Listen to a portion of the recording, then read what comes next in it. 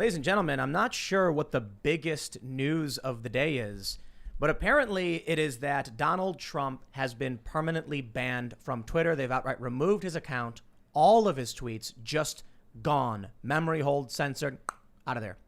And the reason I say I don't know what the biggest news story of the day is because the Democrats also announced they are going to be impeaching the president on Monday. Things are getting just very, very weird. So we heard that Apple and Google were threatening Parler, that if they didn't overhaul their moderation or introduce heavy moderation, they would remove Parler from the app stores. I don't know exactly what's going on, but I can tell you I pulled up the Google Play Store and Parler ain't there. So maybe it's already happened because we actually have one of the experts, not to mention Ian is an expert as well, on social media censorship and moderation. We've got Bill Ottman, CEO of Minds. Hey. Minds.com, one of these other social media platforms, which has you guys have a unique approach to rule breaking and censorship and stuff, the jury system, right? Yep. Yeah. So juries, I mean, why not empower the community to help moderate? And imagine if Facebook, Twitter, they took their tens of thousands of moderators and actually proactively engaged with people who have mental issues or are extreme. Like, we have to realize that extreme psychology is just something that exists, and we have to deal with it in a way that's not banning them off the platforms. And because then what happens now is they're saying you're gonna get banned, everybody goes to Parler, and so then the big companies attack the infrastructure that allows people to even find Parler. But everybody, as you know, Ian, who is a regular on the show, hello, yes, you ran moderation. Yeah, for I co-founded Minds with Bill. Technically, I came in 6 months after you guys had it. Well, no, 2010. No, 20 like a year. It was after, with the OG developer, and that was really fun. It was before John got involved, and it was just me and you in John's basement, talking about where the future of tech's going to be in 2010-ish. Then we went to Occupy Wall Street. I think we were all at Occupy Wall Street, actually. But you were the banhammer. You were removing these awful Trump supporters, just getting rid of them, saying you can't like Trump. You got to get out of here. So the way it would work is if admin on Minds makes a wrong decision, then a user can appeal it, and then it goes to random 12 users who vote on it. And so we launch a jury system to keep ourselves in check. Yeah, I think you got to have more than 12 people though, because there's margin of error, I guess, but I understand the 12. No, that's a variable. Because you know what I see happening is not first of all, I'll say that's like an excellent system. But what I see happening is look at Twitter. They keep banning Trump supporters. Eventually, the 12 people you're going to get are going to be one political ideology who are going to be like, yeah, ban him. Dude, you know what I mean? In the early days, it was just me. I would be sitting in a queue looking at stuff and it'd be like, okay, our policy is we only ban it if it violates the U.S. Constitution. So I have to define the U.S. Constitution for each post. I have to make these Supreme Court judgment calls on it was insane stress for one human to have to go through. But you probably saw pictures where you're like, that's easy, gone. Oh, yes, yeah, there were easy ones and there were really hard ones, and this is what they're doing. But can we just say that someone's saying go kill that guy? And well, that's illegal. Yeah, that's no, illegal. It's not imminent. So imminent threat is different than a threat. They changed it from imminent to true threat. Yeah. Who did? It had one time we got contacted by Pennsylvania, and they were telling us said that legally true threat is the language. Right. And how do you know if someone's being sarcastic half the time? So sarcasm is out the window. You can't even. Yep. Sarcasm, by the way, guys, does not fly in social media and text. Yep. Do not be sarcastic in text because they will define it as not sarcastic for the sake of moderation. Absolutely. All right. So we'll get into all this stuff because we'll not to bury everything in the intro, but Luke is hanging out, of course. Talking about sarcasm, I just wanted to say I'm so happy that our tech overlords, unaccountable multinational corporations with unlimited power, are now keeping us safe. I think we all needed to be safe from words and sounds and speech from our small little ears and our feeble minds, and especially words from democratically elected government officials. I feel safe, just like if I would be in the Matrix in that little bubble energy blanket. Luke, and Mark Zuckerberg is successful. Okay, Yeah. it is by merit that he has gained the power to shut down the president of the United States. Yes, and I'm saying I'm so happy he did this because I'm safe from the bad words and sounds, and we're so safe that you don't have to go to wearechange.org and in the right top hand corner put in your email. You could definitely follow me on all the mainline channels under We Are Change, so you got nothing to worry about. You We're think safe and happy and you're protected now. next. That's right. What are you talking about, guys? All right, This is all right. great. Look, the president. There's a ton of stuff going on, but beyond all of this, I think we are looking at the exponential escalation. Joe Biden went on TV, and he likened Hawley and Cruz, two sitting U.S. senators, to Goebbels. This is absolutely off the rails, and it's not a joke. What we saw yesterday, I have some ideas about what I think is going to happen and what I'm really worried about, but it's going to get bad. All right, so we'll start the show. We're going to talk about Trump being banned permanently because there's a lot of questions here. This is a removal of historical record. Before we can do finishing introductions, of course, don't forget Lydia's here. Pressing all the I am buttons. here. I'm pushing all the buttons over in the corner. And now that we've had that long introduction, because everybody wanted to, we have so much to talk about. Let's just jump to the first story. From CNBC, Twitter permanently suspends Trump's account. They say, the company said in a tweet it made the decision due to the risk of further incitement of violence, saying after a close review of recent tweets from Real Donald Trump account and the context around them, we have permanently suspended the account due to the risk of further incitement of violence. The suspension accounts to a ban. Trump can no longer access his account, and his tweets and profile picture have been deleted. Trump had 88.7 million followers prior to his suspension. Institutional accounts like POTUS and White House are still active. So what if he tweeted through @POTUS something ridiculous? Why wouldn't he? You don't think has he's he? going to? I hope he does. He still has access to Twitter. Maybe. And he has the POTUS account. It's @POTUS. They would suspend it until Biden got inaugurated, and then they'd reinstate Yeah. it. I bet that. Probably. Yeah. They say it's a step Twitter has resisted taking for all of Trump's presidency. While President Barack Obama was the first president to use Twitter, he mainly used the institutional POTUS account and did not rely on it as heavily as Trump has to get his message out. Trump used his personal Twitter account to stoke supporters and even make personnel changes before they can even make it to the press release. Yeah, you know what it was? This allowed Trump to bypass the media, and they hated him for it. Yep. Now, I'll tell you, we got a lot of questions here. This was a historical record, the things that the president had been tweeting.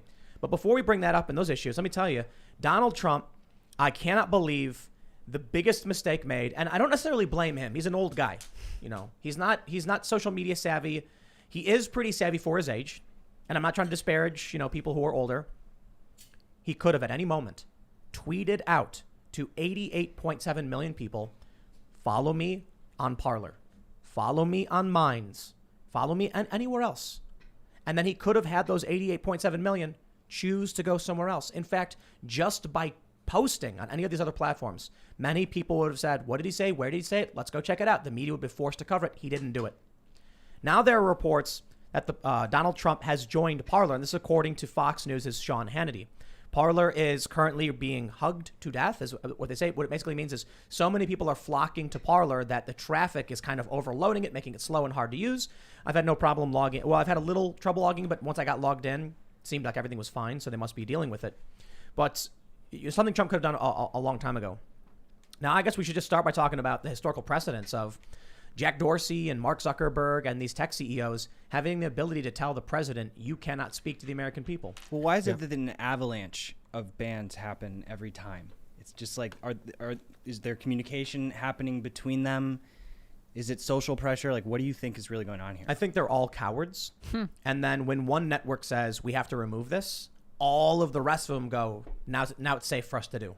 And Another thing we really have to understand here is that this is a transition of power. Speech is power, and if you're not able to talk to your supporters, if you have a whole political party that right now is voiceless, that's a major step in what I believe in an extremely wrong direction. The last time we had censorship, the major censorship story was, of course, the Hunter Biden story. It was wrong. They were wrong about that story. They censored it for, I believe, in my own opinion, political needs. And then it came out that, oh yeah, the Hunter Biden story was true all after along. the election. After the election. Timeline. After, of course, Joe Biden, I don't even want to. We've got to be careful with our language here. After the election was called for Joe Biden, the story popped There back you up go. in the media. Yeah. This is, I mean, in my opinion, 1984 just happened today. And Wonder Woman 1984? No, not that one. Was that a No. coincidence? by the Unless, way? of course, it was Joe Biden who Yeah. grabbed the Dreamstone and said, "I want to be president." The whole world's on fire. A lot of this is being done allegedly for your safety, but let's not disguise. Let's not disguise it. Let's not lie about it. This is essentially political and cultural dominance. That's exactly what it is. It was. This whole system was abused before, and this is the continuation of that abuse of power. I'll tell you what I said. It's a major political party demanding of massive multinational billion-dollar corporations the removal of their political opposition. It's a cultural coup. They are removing their opposition from the discourse, period. And it's been happening for some time, and this is the most dramatic escalation. Yeah. We saw back in, 2018 when they got rid of like Jones and like Milo Yiannopoulos. Yeah. And they targeted certain people. That was, a slow uptick. Now it is the most dramatic. People, high-profile personalities, not just on the right, are reporting they're losing thousands of followers. We can't actually see the level by which this purge is happening. The censorship is bigger than just the president, and it could be even hundreds of thousands of people. Yeah. I mean, I think I just lost 1,000 followers on Twitter myself, but we can't say that we didn't see this coming. I mean, just even, a couple weeks ago, we were talking about this very topic, and we talked about, will Donald Trump be banned? And we both agreed and said, yes, Donald Trump's going to be banned. Well, actually, our timeline was wrong because we said after the inauguration. No, I disagreed. Yeah. I said they would lose too much money. I thought that they, early on, I thought they would totally do it because they hate the guy. But then I started talking to people who said, look at their user base. It was in decline before Trump. So I think someone mentioned Twitter stock went down when they banned Trump. Like, it's probably going to plummet. In my opinion, I'm not, I don't own any stock in Twitter, but I imagine it would go down because Trump made that platform. Mm-hmm. So after the U.S. Capitol moment, that's when I knew. I was like, oh, it's going to be, it's going to be new. It didn't take a genius to understand that this was going to be their crisis. This was going to be the event that they use, that they're going to exploit, and that they're going to purposefully inflate as a major threat. And that's exactly what they're doing. They're doing it very disingenuously, and they're doing it on a bed of lies. And that's another important aspect here. Nothing good is done based on a huge foundation of lies. So we have to understand that this huge major move, this huge transition of power, all is happening under fake pretenses. And it's worrying. They are extremely. engineering echo chambers. Yes. This is a global echo And chamber. radicalization. Yep. Yep. And see, the studies show evidence actually on both sides. It is true that social media can cause you to go down a rabbit hole of ideology. But it is also true that communication social media is the only way you can become de-radicalized.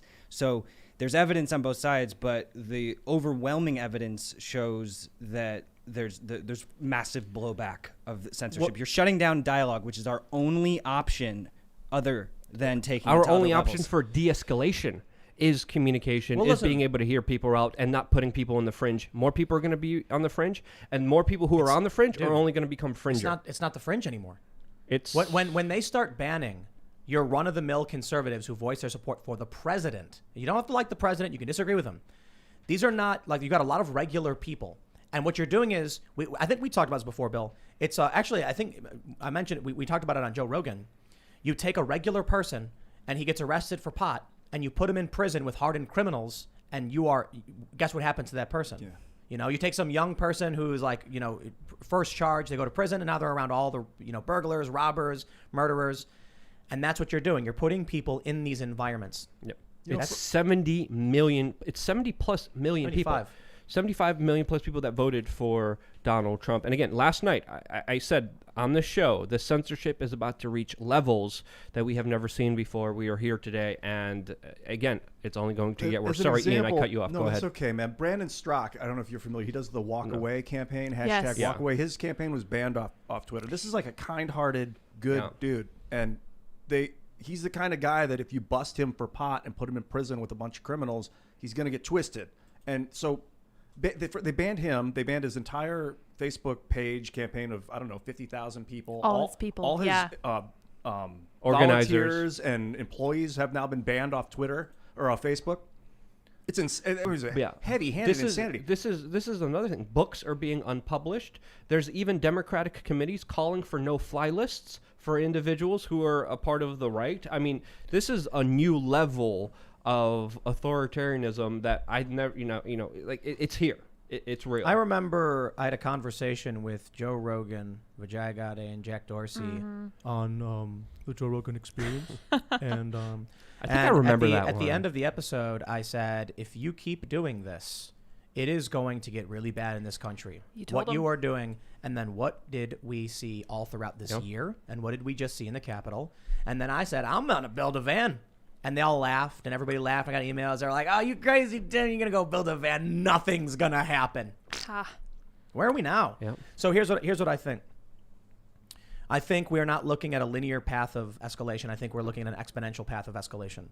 When we went from a bunch of people in D.C., many of them breaking into the Capitol, which I think was ridiculous and stupid. People are now dead. A cop was bashed over. That's just insane. But many of these people walked right in. There's videos where the cops open the door and say something. One cop says that he agrees with their right to protest, and as they waltz on in, some of these people are bewildered. But listen, I saw that, and I thought to myself that the initial reaction will be overwhelmingly negative. Now I think because of the mass purge, you're going to start seeing an overwhelmingly positive reaction from people who feel like they've been excised from society. So there were a lot of people posting on Twitter that they felt that their opinions were watered down out of fear of being banned. Well, don't worry. Twitter just did the hard work for you. Now these people have been kicked off after they said they followed the rules. Not everybody did. A lot of people being banned are like, advocating for some crazy stuff. But there are a lot of people who are saying things like, well, I shouldn't say anything, and some there's a tweet saying, I think we're all holding back. They get banned. Now what? Okay, I guess there's no point anymore. So here's what I think. I think after what we saw, the immediate reaction was insane. You've got politicians like Cory Bush and AOC demanding the expulsion of Republicans that supported Trump. Simon & Schuster, a major book publisher, announced they're breaking their contract with Senator Josh Hawley. He challenged them, saying he's going to sue them. This is, it's dramatic escalation where the culture is being split. People are being demonized at an ever-increasing rate. And now we've come to the point where you actually have Joe Biden going on TV and likening two sitting U.S. senators to Nazi propagandists. This level of demonization and dehumanization is the precursor to horrifying things. I'll spare some of the more hyperbolic words, but when you look back at history, historical civil wars, the start of major wars, this is the kind of thing that happens just before. And what do you think is going to happen when the incoming president announces, the Wall Street Journal reported this, sweeping new domestic terror laws Joe Biden's announced, while calling sitting Republicans, likening them to, Nazi propagandists? What do you think that demonization will lead to? The demands for expulsion. Do you think that the Republicans are going to be like, we're so sorry, Democrats? No, the supporters are being forced into a totally different echo chamber reality where people are angry. We had David Cross tweet that he wanted blood, whether it was a joke or whatever the point was. We don't know. That's the problem. Don't know, don't care. Sarcasm doesn't work on the internet, I guess. Not in text. It's similar to Sacha Baron Cohen being, anti-Semitic and crazy. It's like, don't you understand that comedians need to be protected too? This is coming for you. Yeah, people don't understand. People on the left, you're going to be affected by this sooner or later. As soon as your paths cross the establishment and the talking points and the narrative that they want to push, I don't care who you are. It could even happen to BLM. BLM still hasn't, I don't think had their meeting with Biden.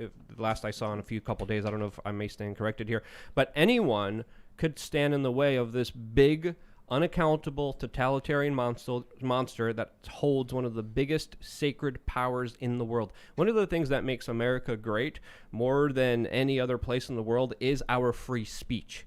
Once you get rid of that, once you limit that, once you stop allowing people the ability to freely communicate with each other, we are in uncharted territories where it is ripe for abuse.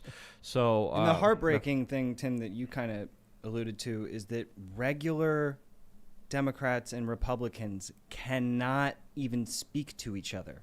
They, families are being torn apart. There is a tweet from a young woman ratting out her mom for being at a protest. I think the precursor protest, not the one at the Capitol, but the night before, saying, this is my mom, here's her name, here's my dad. And then the mom got fired. That's crazy stuff. They're breaking up families. Do you see the USA Today article where they put out 29 pictures of people that were at the Capitol? Like, if you can help us find their names and phone number, give us their information and help us find these criminals. Remember when Andy Ngo just tweeted out, "This individual has been arrested," and the left said he is creating kill lists and doxing people, and they started smearing him and attacking him. And now media across the country is putting up people's names saying, find them. Sure, criminals, people accused of committing crimes, by all means, send your tips. But I'm talking about the double standard. Andy Ngo would simply be like, the police arrested this individual, and then they would attack him for it. Then you get the media coming out now saying, we don't know who these people are, what they were doing. In fact, what if some of these people were credentialed journalists? Elijah Schaffer, for instance, of Blaze TV, a reporter, was getting attacked relentlessly by people on social media. I'll admit, some of his tweets were a little bombastic. He had one tweet where he called it a revolution. Okay, dude, chill. But he is a credentialed member of the press who works for the Blaze TV. He got banned by Facebook, probably because of these hit pieces. And then only after, I think Glenn Beck came out and said, and complained about it, they reinstated him. That's the danger of publishing a face and then saying, find him. Because we all saw what happened after the Boston bombing on Reddit.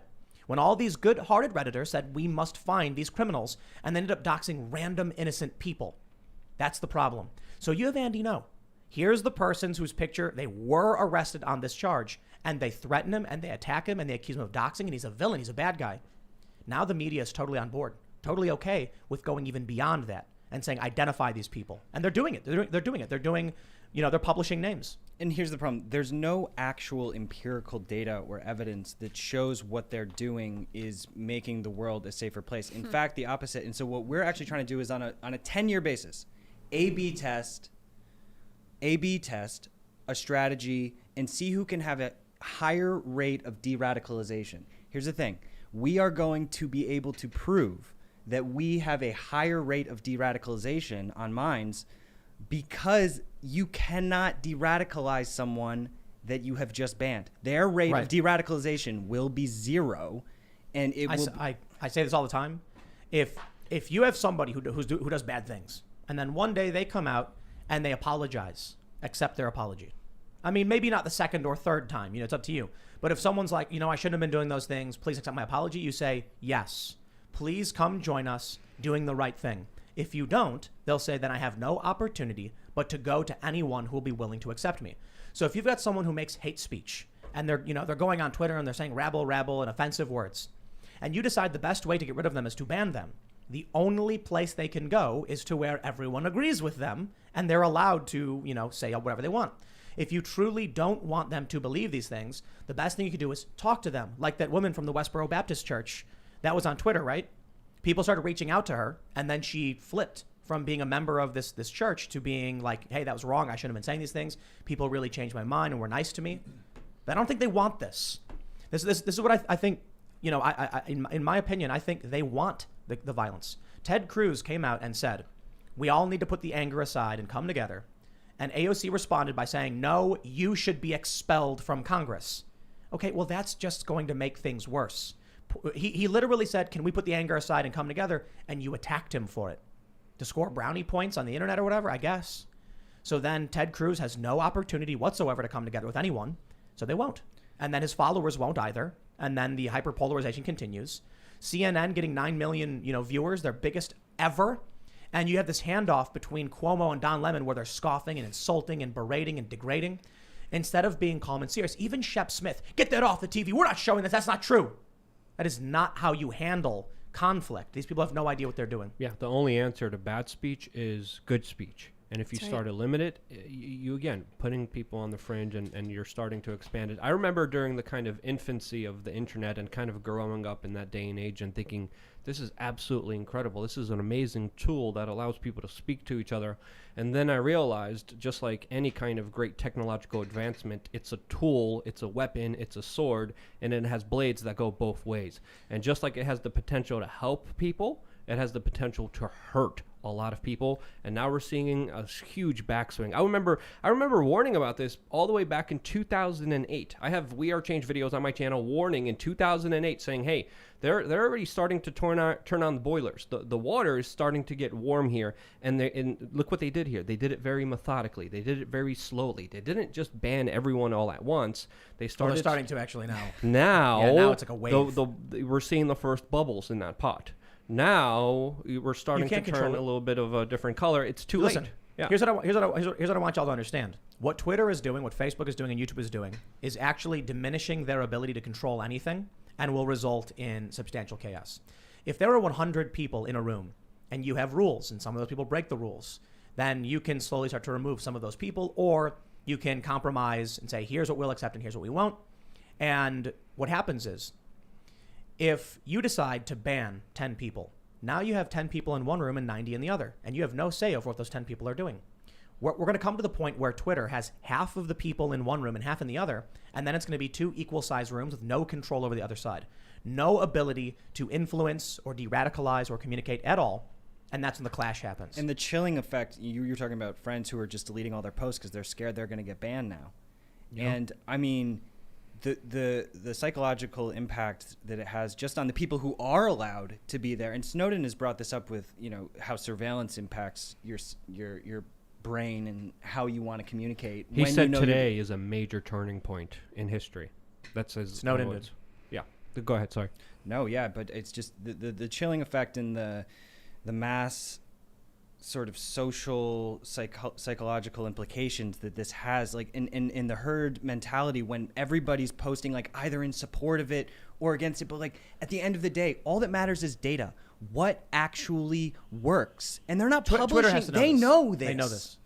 They have to be able to see that what they're doing is making things worse. And they have to know this. There's no way. They've seen it before. They've banned people before. They've seen the reaction. And they have to... You know what it is? Maybe they don't have the data from external platforms. But I'll tell you this. Anyone with a brain can take a look at the bannings they did and then the chaos that ensued yesterday and be like, hey, remember 2 years ago when you banned all these people? How did that work for you? Now they're on Parler and you have no control at all. You've given it up. You've said, go do your thing. They could have compromised. Yeah. Now we have the next level of how insane this gets. Confirmation from Axios. Google suspends Parler from App Store after deadly Capitol violence. This is not going to stop it. It's a simple APK download. Okay? Google takes it out of the Play Store and then they put it up on their website. So when you open your phone and you go to parler.com, eventually at some point, I assume, it'll say download the APK. You'll click it. Boom, you got it. What does removing it from the Play Store do? It slows things down significantly. I mean, we were suspended from Google Play and App Store for like 6 months. Yeah.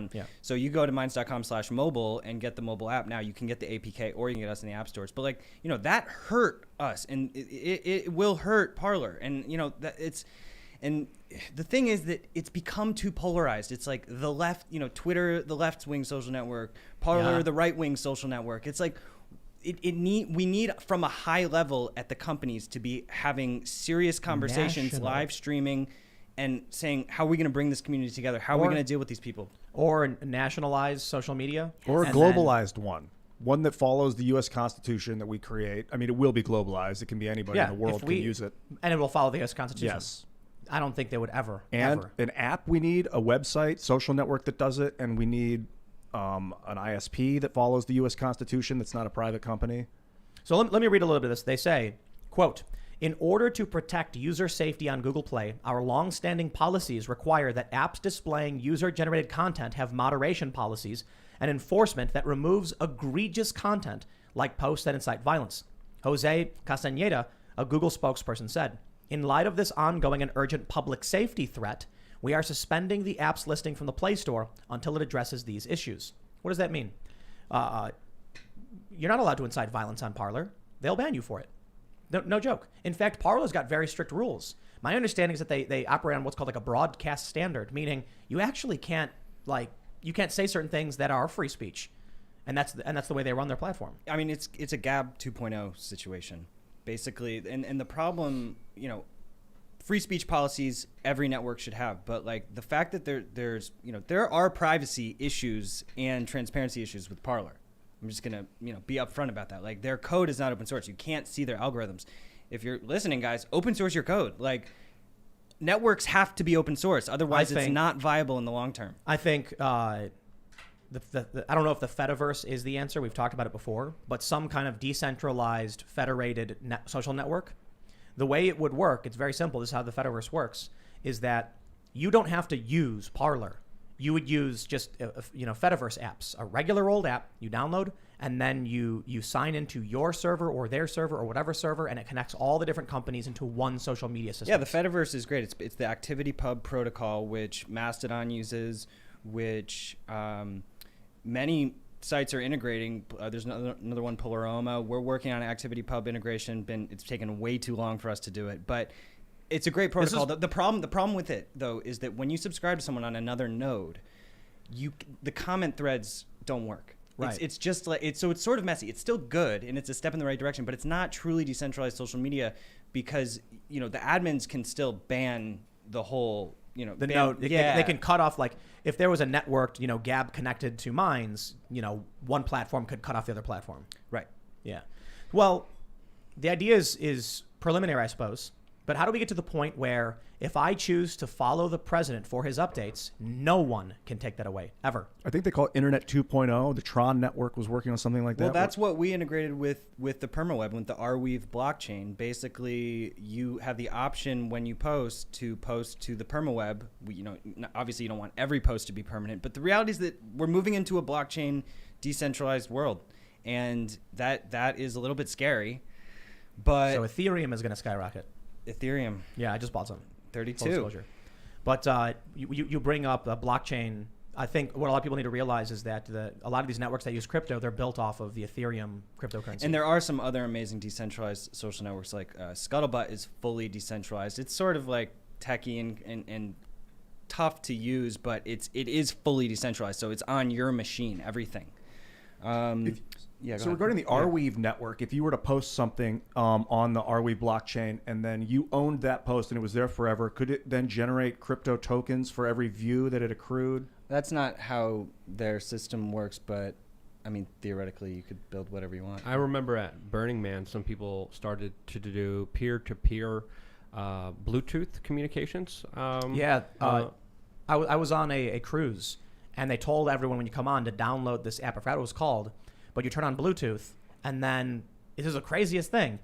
You could walk past one person, and all the data is being transmitted from like my app to their app. And then when they walk past another person, it bounces to like 5 more people, and then created this mesh internet where if I was standing 10 feet from you, you were 10 feet from me, and Ian was 10 feet from Bob Smith. And then Bob Smith sent a message, it would relay through everyone to me. Yeah, That's local amazing. networks. That's and that's really important for countries that don't have serious infrastructure. Yeah. Well, also in the United Kingdom, when rock and roll was banned, what they started to do is literal pirate ships. They had ships that would broadcast rock and roll. I saw that movie. And Pirate Radio. Yeah, Pirate Radio. Yeah. There's whole movies about this. Censorship throughout history is something that is more common than uncommon. So we have to understand, this is going towards a trend that I don't want to be on. Well, so here's what's going to happen. The left controls the cultural institutions. So a political coup, in my opinion, is totally meaningless. It is. What we're seeing right now is, actually, I'll step back. As they say, politics downstream from culture. By getting rid of all of the voices that can, propagate certain ideas, those ideas cease to exist. That's it. They're gone. They've been slowly and methodically removing certain ideas and certain people from these platforms. And they've been doing it for a very long time. And I remember they were doing it to individuals that I didn't like. I didn't agree with. I didn't identify with. I was like, yeah, I don't like these guys too. But I don't think their voice should be censored. And I've been saying that consistently from the very beginning. But they used our own fears, our own emotions against us to justify it slowly and surely. And now we're here today. I think the argument is it can't be stopped. Like, it is downstream from culture and the technology. So we need a technological revolution that will prevent anyone from being able to do that. It is happening, but that's why it's crazy Bitcoin's hitting all-time highs today. I mean, that is the decentralized infrastructure for the new system. Yeah. It's incredible. Well, what does a Bitcoin get you in terms of that system, though? Like, Bitcoin can't do... You can do things on top of Bitcoin as well. There are projects that are trying to build layer 2 solutions on top of different blockchains. This is the thing. It's an encryption peer-to-peer technology, and it's something new, like the printing press. So when the printing press came out, everyone in the beginning was like, oh, this is nothing, this is an old machine, this is not going to do anything, but it revolutionized the way people gathered information. Bitcoin is revolutionizing the way people transact, and just like the internet, double-edged sword, could go either way, could go towards a total Venezuelan, Russian cryptocurrency track, trace, and database system, or it could go towards a decentralization, liberty, sovereignty, freedom technology that helps people be individuals, helps people be secure, and most importantly, helps people be private. Let me tell you about the radicalization of the left in this country. In 2016, I did an interview with Oliver Darcy when he was working at Business Insider. He's now at CNN on Reliable Sources. The interview was because I tweeted out defense of alt-right, white nationalists who were being removed from Twitter. Now, these people weren't saying, inciting violence. These were people who were posting nasty opinions I didn't like. These are people who don't like me at all because of because of my family's, regional heritage. I'll put it that way. And so Oliver Darcy asked me, like, what are your thoughts? And I said, it's a slippery slope. You start removing people because you don't like these ideas, then eventually they're banning the left. That was Oliver Darcy. Recently, so the past day or so, he advocated for cable providers to ban Fox News, OAN, and Newsmax because they spread lies. Talk about a dramatic change from where he was only 4 or so years ago when he was interviewing me because he thought it was newsworthy that I said we must have free speech, even for those we don't like. I am still standing here on the same hill saying we must have free speech for those we don't like, otherwise you create conflict. And he now has gone so far that not only is he advocating for the removal of entire cable channels, he's contacting AT&T and Verizon and Comcast and saying, will you remove them? You're responsible, etc. You're allowed to spread lies in the United States. It's protected. Again, that's still absolutely unhinged, dangerous behavior that corporations who want more power with little fleeing individuals coming to them saying, please take away all my rights, take away everything, take away the most important right of what my ears could listen to. Of course, they're going to be like, yes, give it to me. I'll be your overlord daddy. Come on here. And again, we've seen this coming for a long time. One of the major criticisms against Donald Trump within the last few years is that he's not making a stand against free speech. He's not making a stand against the First Amendment. Many of his critics... What do you mean a stand against? Do you mean not standing up for? Standing up for the First Amendment, standing up for free speech. And it's interesting to see Laura Loomer tweet this out today. She said, according to a Telegram post, at least Trump can still order a sandwich on Uber Eats, though. For now. I can't say the same, sadly. So again, this has been happening to a lot of his core supporters. Again, and the interesting, Laura Loomer was beyond the canary in the coal mine. I mean, this was like someone yelling, "The coal mine is full of carbon monoxide. Get out now!" And the Republicans weren't smart enough to push through legislation while they had the chance. So did Loomer get taken off the Stripe or the Swift payment system? She got banned from the global payment system. You love the Swift. I've never heard anything about that. Swift is like the global payment system. Yes, I get it. Visa. But when did you ever hear anything like that? No, why can't she use money? Who banned her? What do you mean? What are you talking about? Laura Loomer can't Uber use... Eats, she specifically Uber banned her, mentioned. not PayPal. You can't get banned from not her Swift finance. No, she was banned, I believe, from those platforms as well. But not Swift. That is nothing. Are you sure you can't be put on a blacklist, a Swift You blacklist? probably. Maybe. I mean, MasterCard reached out to Patreon over this guy. Yes. What was his name? Robert Spencer? I think so, yeah. They Wrong Spencer. What? It was the wrong Spencer. It wasn't No. Richard Spencer. No, yeah, Robert Spencer. Yes, and what do you mean the wrong Spencer? He was the person they were targeting on purpose. He writes about jihadis. Oh, that's right. He writes about radical Islam, and MasterCard got angry and said to Patreon, remove him, otherwise we'll cut off services to your system. I think MasterCard was forced to do that by Swift. I could be wrong about that. I mean, this is actually a historic day. Yeah. I think we actually have to zoom out and Yes. let it sink in for a second. Yeah. I mean, this is the corporate takeover of... I mean, this proves corporations have more power than the government. Then the Private- sitting U.S. private president. corporations have just removed the speech of the sitting U.S. president. Yep. Michael Tracy has a comment here that I think is really timely. He says, quote, Corporate left liberals are desperate for revenge. They will use all powers at their disposal, public and private, to neutralize their purported insurrectionist enemies. And they absolutely do not care one bit what civil liberties are destroyed in the process. It just- That's what and they Michael don't- Tracy's and saying they- right now. He's being too divisive. I don't want to He's think right. of this as left and right. But It's why- just feeding It this is. Yeah, organism. absolutely. It is. It's not though. It's Yes, way it more is. than two sides. It's a bunch of people with a bunch of different ideas.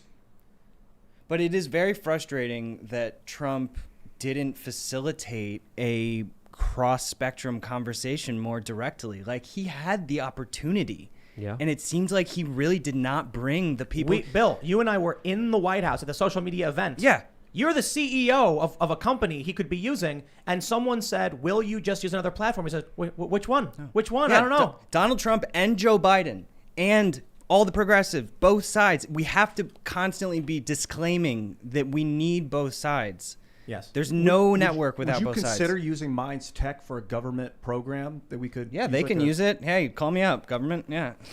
I mean, Like make a your own. national Yeah. social network with the Minds software that could integrate with the Minds node as a proof of concept. Absolutely. I mean, the government just okayed banks running Bitcoin and Ethereum nodes, which is a very big deal. What we're seeing, unfortunately, is tribalist divide. There's not just two factions. There's hundreds and probably thousands. But there are two overarching parent factions. Of these overarching parent factions, we just typically refer to them as left and right, but that means very little. For instance, how is it that Tim Pool, who's economically left and even socially left, is considered right-wing? Because I believe in freedom, free speech, liberty, principles, integrity, etc. That is not something that exists, for the most part, among the left. What the left believes in is, for one, what did we see from Cuomo on CNN during the riots? He said, who says protests have to be peaceful, right? And then Ramen guy comes out and says, it's right there in the First Amendment, Mr. Cuomo. You just got to look it up. Then you get Jake Tapper and CNN saying, oh, I can't believe what they're doing. When the riots happened, I said, those riots are bad. When the riots at the Capitol happened, I said, those riots are bad. There is principle. And I'm not saying everybody on the right has it. I'm saying it's not something typically of the left. It is a tendency. I can't take the right and the left stuff, dude. It's The a fact. Chinese used the rightists. This was Mao's communist takeover was against the rightists. They focused on dividing people into these camps and then used them against each other. But what you need to understand is the divide is a real thing, not made up by someone it's talking. a many fractionalized divide of many millions of different concepts at once, and to just think that we're in different camps of types is crazy. No, it's Are true. conservatives right now calling for the removal of their political opponents from major platforms? That's not a conservative move. It's a No. very liberal move. Exactly. And it's only coming from what we colloquially refer to as the right. There are some on the left, liberals and progressives, people like Glenn Greenwald, but now they call him alt-right. And Matt Taibbi and Michael Tracy. But who does? I don't. There are two tribes. You can call them tribes A and B, one or two. Why two? It doesn't matter. Where are these two? They are the overarching parents to numerous Is it- other Yeah, tribes. You have to because- use words, Ian. Yeah, I will. And is it because there's Democrat and Republican, two power parties? So we say then there's left and there's right. It's a reference to the French Revolution, to those who sat on the left and those who sat on the right. Yes. And those on the right were, moderates, and those on the left were radicals who wanted revolution. I think it's so dangerous to get into that mindset. Well, using But this more is a real specific thing. language is actually very I'm not going to important. sit here and say the socialists, the anarchists, the communists, the tankies. Every just time. use You want their me to list names, man. every- Don't No. blame their group for what they did. If someone does something, they're responsible for that. It is a tendency among all of the factions on both sides to hold certain ideals and principles. They don't completely agree with each other. The left fights with themselves all the time. On the right, you have people who are awful and white nationalists who would defend Donald Trump, and the left doesn't. But that is not the overwhelmingly the majority or even a large portion of what the right represents. In fact, the alt-right and the white nationalists actually agree with the left on a ton of left-wing policy issues. The point is, when it comes to the cultural debate, there are two parent factions. Fine, we won't say left and right, we'll say one and two. There you But go. you're not one or two, dude. I know. Yeah, but Right. There's more than one and two. What were you gonna say? But pragmatically, Ian, you have to use words in order to have a conversation. It's like saying But just really are you quick, going to there- vote Republican or Democrat this time? Well, absolutely. You should be talking about all the options. There's some initial reports. I haven't been able to independently verify this, but we're hearing that President Donald Trump was trying to use the POTUS account and that he was tweeting from it, but Twitter removed the tweet instantaneously that it happened. Again, that's just some of the reports that are coming in right now from the @POTUS account. Now, the POTUS account is still active. The latest allegations and reports that are coming in now that I have not verified is that he did tweet and it was deleted by Twitter. That would be a shadow now. ban, So that's then. what I'm hearing right now. Is happening. Who's reporting it though? Hold on, I just had it here. I just went up here. I already saw like 3 people tweet it. Well, we'll search for it and we'll see what we can find. So he's been See if people are- purportedly shadow banned on his other account. Well, it's not Interesting. his account; it's our account. Yes, as we the have people. images here. Josh Kaplan, a verified Twitter user. He is a homepage editor for Breitbart News. Tweets: Twitter deletes series of tweets presumably written by President Trump on the POTUS account following the permanent ban of his account. Wow. He tweeted 8:29 p.m. today. As I've been saying for a long time, Twitter has gone further and further in banning free speech, and tonight, Twitter employees have coordinated with the Democrats and the radical left in removing my account from their platform to silence me. And you, the 75 million great patriots who voted for me. Twitter may be a private company, but without the government's gift of Section 230, they would not exist for long. I predicted this would happen. We have been negotiating with various other sites, and I will have a big announcement soon. While we also look at the possibilities of building out our own platform in the near future, we will not be silenced. Twitter is not about free speech. They are all about promoting a radical left platform where some of the most vicious people in the world are allowed to speak freely. Stay tuned. This did come from the president to the POTUS account, and it has been removed. And another thing that we're hearing is that he might give a publicly televised address soon. But the thing is, who's going to hear it? Because when we saw during the election, many news organizations just cut him out. They said, no, we're not going to play the president's address. We're just going to stop it here. What the president is saying is wrong. We don't agree with it. And there was huge editorializing, even on Fox News, interrupting the president saying, no, this is one reason, second reason, third reason why the president is wrong. What's going to happen if he does a national address now? Will tell you anyone hear it? I'll tell you, what I'm worried about? Before the mass purge they just pulled off, I think many people were willing to accept that Trump had finally been defeated. Mike Cernovich, for instance, one of the most prominent Trump supporters ever in the Trump era, he put up a poll and he said, did Donald Trump concede?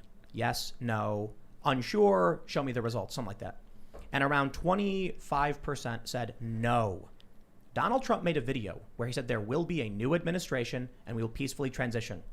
I made a video. Trump confirms defeat. Mike Pence certifies Joe Biden. Trump said it. I don't know what else you're supposed to take from that.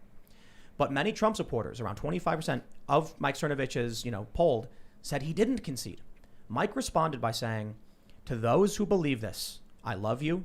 Please unfollow people who have made you believe this. Go home to your loved ones. They miss you. And, it's time to stop. Essentially, I'm paraphrasing. He's right. There are people who are ardent and prominent Trump supporters who are saying, guys, please, enough, okay? Trump has said he's lost. It's over. Then they do this. Then Twitter comes out and does this, and they do more, and they do more. Now they're purging people left and right. And I think many of those people who are probably like, yeah, I was probably dumb at the Capitol, and I guess it's over. Now they're enraged. Now they're angry. You took, it's like, here's how I imagine it. You've got a guy at a bar, right? And he's disparaging you. And then you're about to fight. And then he goes, you know what? I'm not doing this. I'm out of here. He turns around and walks away. So you throw a can at his head. And then he turns around and says, that's it. That's what we had. People were right. Not everybody was walking away, for sure. A lot of people were saying crazy things. But a lot of people were like, all right, walking away. And then Twitter was like, not yet. Whipped them in the head. And then they turned around. And now I think they're going to explode. And now my concern is, after seeing this, there is real fear about multinational corporations shutting down the president. It should not be allowed, in my opinion, by U.S. law that our chief executive could be shut down on a major communication platform that has essentially seized the commons in terms of communication. This is a major power grab. We have to understand, historically, when an entity or a force go after power and they get it, they go after more. There's an expression, if you give your pinky, you're going to give up your whole hand eventually. Give an inch to take a mile. Exactly. So this is a slippery slope. This is the snowball that's been happening ever since 2008. and it's been snowballing, and it's getting big, and it's only going to get bigger, because who's going to stand in the way? Who's going to promote free speech? Who's going to uphold it? Who's going to protect it? What institutions are out there that could actually make a stand here?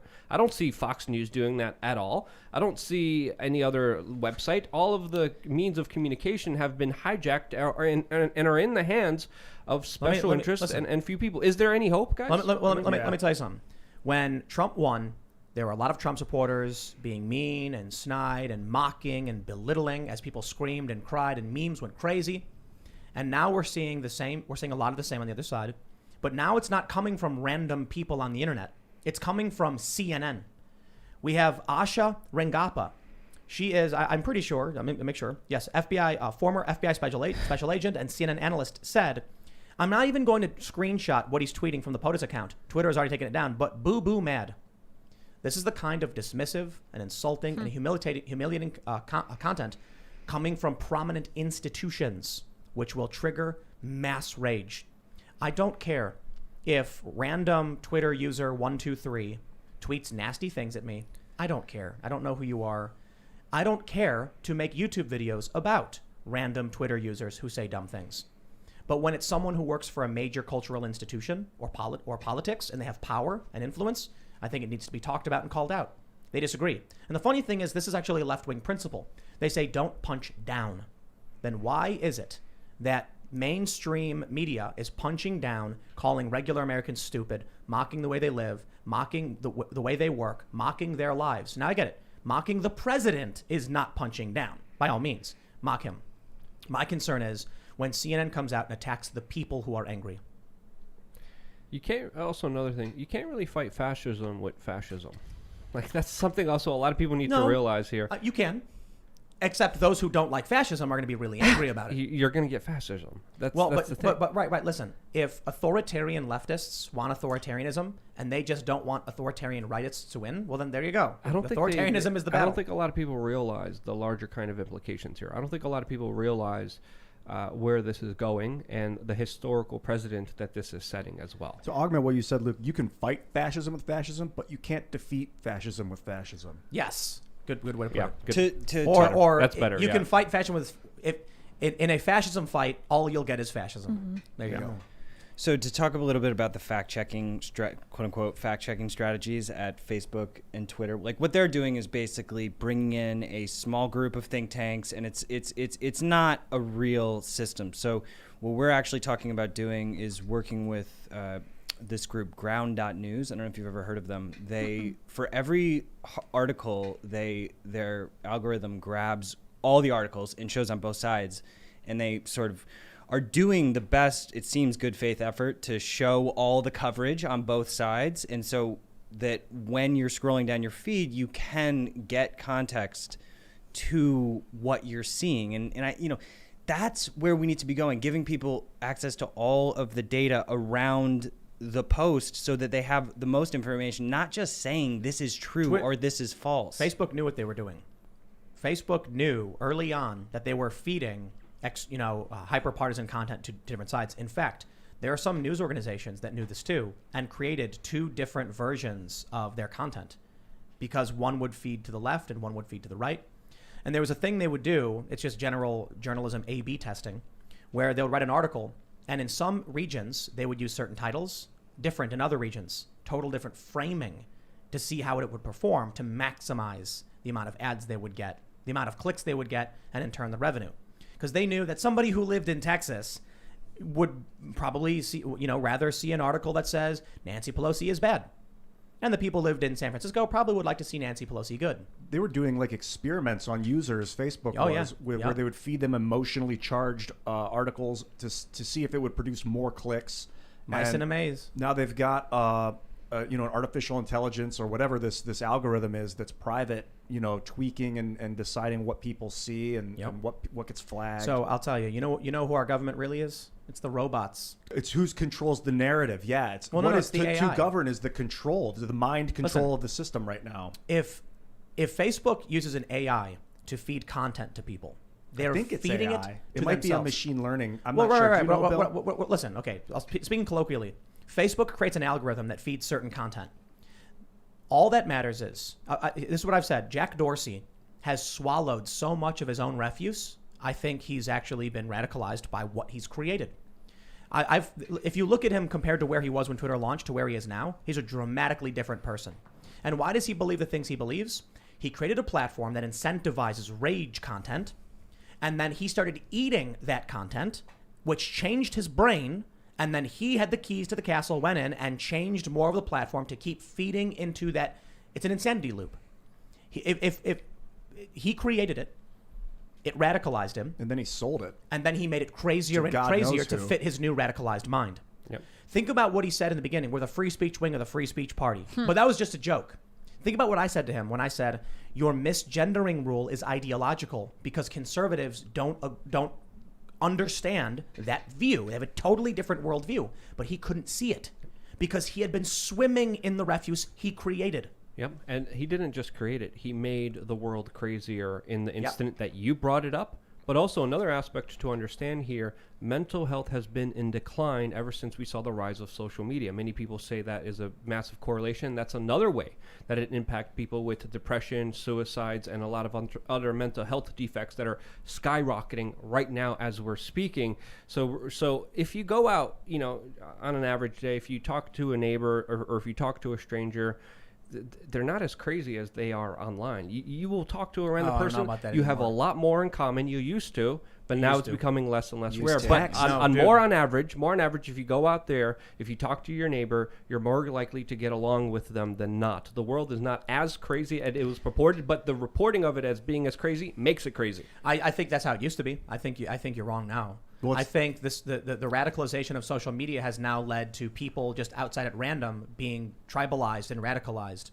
And not to mention people will barely talk to each other because they have a mask on their face. And it's like a whole other level of isolation in your own house. So even if you're not on social media, you're not going out and being social. I'm like, is he going to shake my hand? Am I allowed to touch this guy's hand? Right. It's so weird. Or think about when you're in a city where there's a political event going on and they think you look like a Trump supporter or they think you look like Antifa. Where can you walk based on how you appear? Imagine walking around New York City actually people have done this. Walk around LA wearing a MAGA hat, see what happens. Blair White did it. She got attacked. I would say a fingernail ripped off. A lot of the chaos today and the mental health issues comes from text and people attempting to communicate through text, which is a new form of communication with humans. They used to send letters before written language. They all communicated with words and sounds. And we've lost so much touch of our ability to communicate with our words. I have so much, faith and love for people that make internet video because you speak your mind with your words and your sound and your vibration, and it's completely different than etching something onto a stone for someone else to attempt to interpret. But even like this is one of the reasons we don't do Skype here, and first of all, we're not set up for it. There could be maybe some exception in the future, but we don't because it doesn't work. Even hearing their voice, you got to see their face. You have to be able to. I interrupted you, Ian. You know what I mean? I did notice that. Yes. To jump in and make that point. Good. That's what we're supposed to do. You can't do that on a Zoom in text. It wouldn't work. Because the digital overlap. A lot of times there's a problem. Time delays and the awkwardness of you're staring at a camera, you're not staring at a screen, you don't see their face. People don't realize that. They think when you're doing a Skype debate or a Zoom call that you can see each other's face and look into each other's eyes. No, you have a camera. When I would do a Fox News or say in the past when I did go on MSNBC or some of these other networks, I'm staring into a black hole. That's it. I don't see myself. I don't see them. And you know what the worst thing about these cable networks is? You can never hear anything. They give you there's a delay. Yeah, you get an earpiece. You get an earpiece, and it's so quiet. And you're like, can you turn it up? I can't hear anything. And then they're like, so we're going to go live. The producer's always loud. We're going to go live in about 10 seconds. And then you hear the host go. And I'm like, dude, I can't hear you. Okay, you're ready to talk. Okay. You need to be sitting down with someone to have a real meaningful conversation. But at the same time, we're seeing all the news networks now are doing remote video chats. And I agree with you, it's not as good. But I mean, to Ian's point, a video message is more effective. Or a phone call compared to a text. A text message is dangerous. You cannot get emotion. And then people freak out because they overinterpret what they're writing. Yeah. Like sarcasm is completely lost in text. Well, even just in relationships and people people's Very girlfriend true. sends them messages like, oh my God. Dude, and we live in this world of it now that's radicalizing and making people insane. It's I don't know how to overemphasize how dangerous it is to communicate with text and rely on it as your form of communication. We're vibrating monkey bodies that speak words for a reason. I think text is a great way to relay information, Text was a revolution. but not to communicate feelings. It is. Yeah, it is. It can be. It can be, but it depends on the context. I think that if I want to, I can write something with a feeling in it, but if you read it, you're going to interpret your own feeling. But if I say something to you with a feeling, you're going to feel what I'm feeling. I was going to pull up a tweet based on what you said. I tweeted this. If history has taught us anything, it's that you should trust the government in times of emergency to do what's right, keep us well informed as the ongoing legitimacy of the threat, and give up emergency powers once the crisis is averted. I intentionally just said it, but I call it a filter. I call tweets like that a filter. Clearly, to anybody who is hearing me talk, if I was to say this in real life, I would say something like, if history has taught us anything, it's that you should trust the government in times of emergency to do what's right. Keep us well informed of the ongoing legitimacy of the threat and to give up emergency powers once the crisis is averted. Clearly knowing I'm being facetious. In a tweet, people thought it was real. Now, most people retweeted it laughing. They Look at the understood comments, yeah. the context. Tim's being sarcastic, facetious, etc. But a lot of people saw that and they were like, dude, what is wrong with you? And those people can become crazy dangerous Yes. if they don't understand. That's I have a friend who's a prominent leftist who told me that people don't understand my tweets are jokes. And I'm like, what am I supposed to do when I say something so absurd and ridiculous? Like, I have another one. Put a smiley face at the end. I said, or a goofy face. Yeah, that's all you got to So do. you know what I do now is I actually reply with, hello, you must be new to Twitter. This is a joke. I'm not serious. I said, the good news is now with Democrats in full control, we can finally lock down the country for a couple of years to make sure COVID goes away. And a lot of people are like, what, are you crazy? Because What's wrong? some people really think that stuff. They believe it. Right. Yeah. They'll I know. tweet that out serious. So people are like, has he switched? Has he changed? Dude, But Ryan Long just tweeted the funniest thing. Not that I, What did he tweet? want to be looking at Twitter right now, but Jack Dorsey just yelled, "I'm a golden god" before jumping into his pool. Yeah. So there's this phenomenon where you can sell your company. That's kind of a problem. You create this phenomenon like Twitter, Jack did, and then he sold it. He owns like 6% of it now. He gave up power, gave up control. Yeah. Google was started by Larry and Sergey. They've and become monsters. they're gone. They're not They're even part of the monsters. company anymore, as far as I know. They don't. Well, control. they're Alphabet. Yeah. Well, I don't. You said they were even off the board of Alphabet. I heard that. Really? Yeah, maybe confirm. I don't But know. they silently stepped away. And the odd thing to me about Dorsey is that he's all about Bitcoin. He's tweeting about Signal, which is actually a great open source. Elon was tweeting Yeah, about yeah, Signal yeah, the yeah. other day, like amazing project. That was Signal. Was that Moxie Marlinspike? Yeah. Interesting. Yeah. Yeah. And, cool dude. and so it's like he's aware of this, but for some reason the speech thing he doesn't get. Who? Dorsey. Dorsey. Why does he care about Well, you have to Bitcoin and ask Signal? yourself, is he really in charge? He's not. I don't think so. Yeah. I think he's a figurehead. And Yeah. so he got fired a long time ago, and they brought on Dick Costolo. And then when he left, I can't remember why. I think he may have been fired. Dorsey became the CEO. I think it was Costolo. Maybe I'm getting my people mixed up. And Dorsey, I think, was just brought on to appear to be in control, and really he's not. I don't think he is. I think he owns 'Cause- 6%. Yeah. Well, Look it another up. thing to really kind of consider here, when you look at a lot of the big tech companies, they either have direct involvement with the startup of them and intelligence agencies, or they have ongoing contracts and cooperations with continued government agencies that they are working hand in hand with. Case in point, Amazon and the CIA and the Department of Defense, Washington Post. Facebook, and what was that startup connected to the intelligence agency that was integral in their start? We have Google and, of course, Google Maps. Working with, of course, the U.S. Pentagon to make that happen, and there was another one, InQtel, I think. No, I don't know. That's a lot of fact I'm gonna have to do for a lot of that. Yeah, stuff, I'm gonna so. have to look into that Yeah. stuff to talk more Well, let's- clearly on it. Let's talk about the. Yeah, this says Dorsey owns 2% of Twitter's outstanding shares. Wow. Does that mean total stock outstanding I don't know. shares worth 531 million? 2%. He's not involved at all in that company. Yeah, he runs anymore. Square. He gets Square to is say his company. nothing. He splits. He's Yeah. CEO of both. Right. Yeah. But I think he's He owns just 13% I think of CEO just Square. means. Oh, really? Yeah. So he might be CEO in title, but that doesn't mean he runs the company. Right. Yeah. Well, let's talk about where the escalation has brought us. from Fox 4. Josh Hawley speaks out, arguing Biden called him a Nazi when talking to reporters. U.S. Senator Hawley fired back Friday, saying President-elect Joe Biden compared him to a Nazi propagandist. He didn't say he did.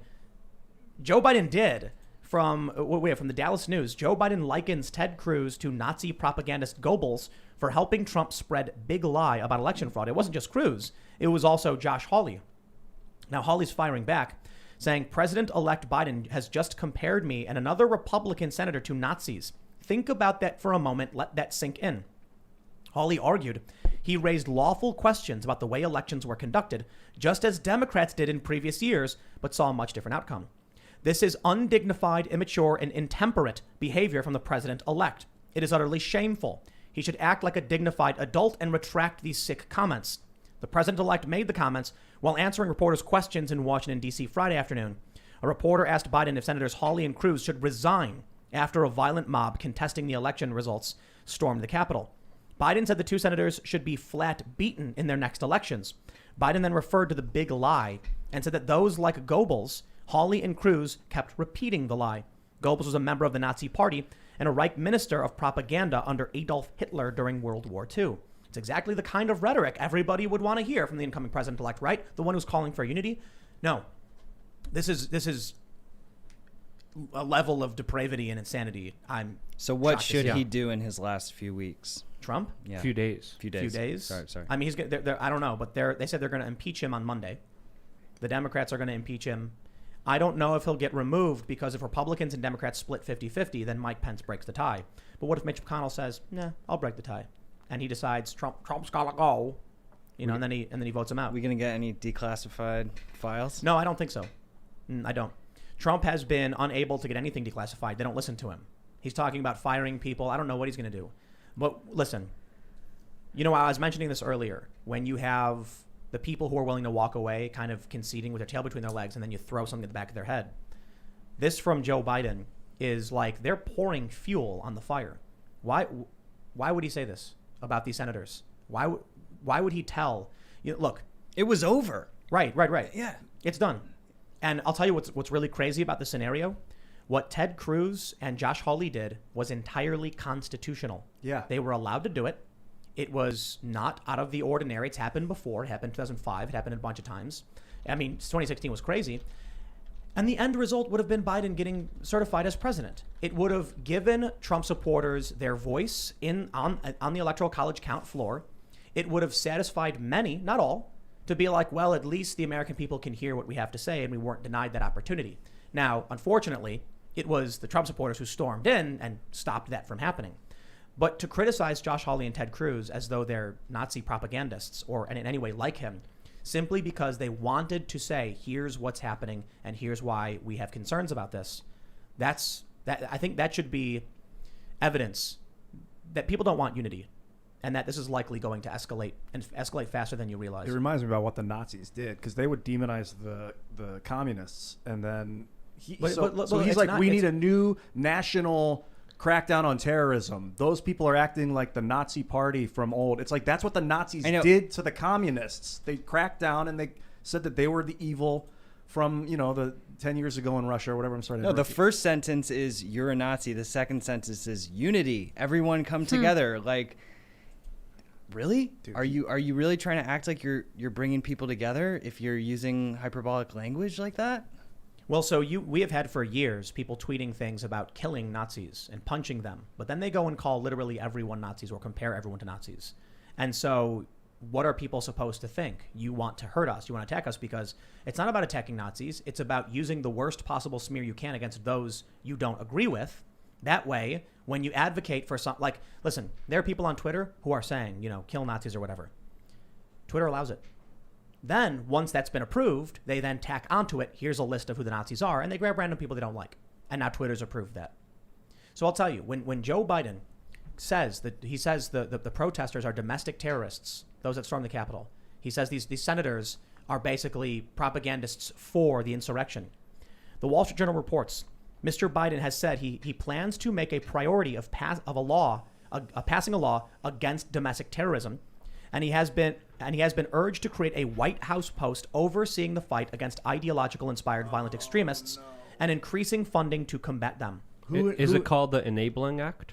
Yeah, you know what I said? It's going to be called like the SAFE Act, like Securing American Freedoms, enhanced or something like that. Jeez. The SAFE Act, the Who SAFE for advised everybody. him to SAFE start for- anew? So this is like another Homeland Security. Advised them. Come on. Who it's the advised him? establishment. Yeah, exactly. Who did? Do we have ideas of who is in his ear right now? He's in his ear. He's an establishment candidate. He's we've got the some- lobbyist, and he's going.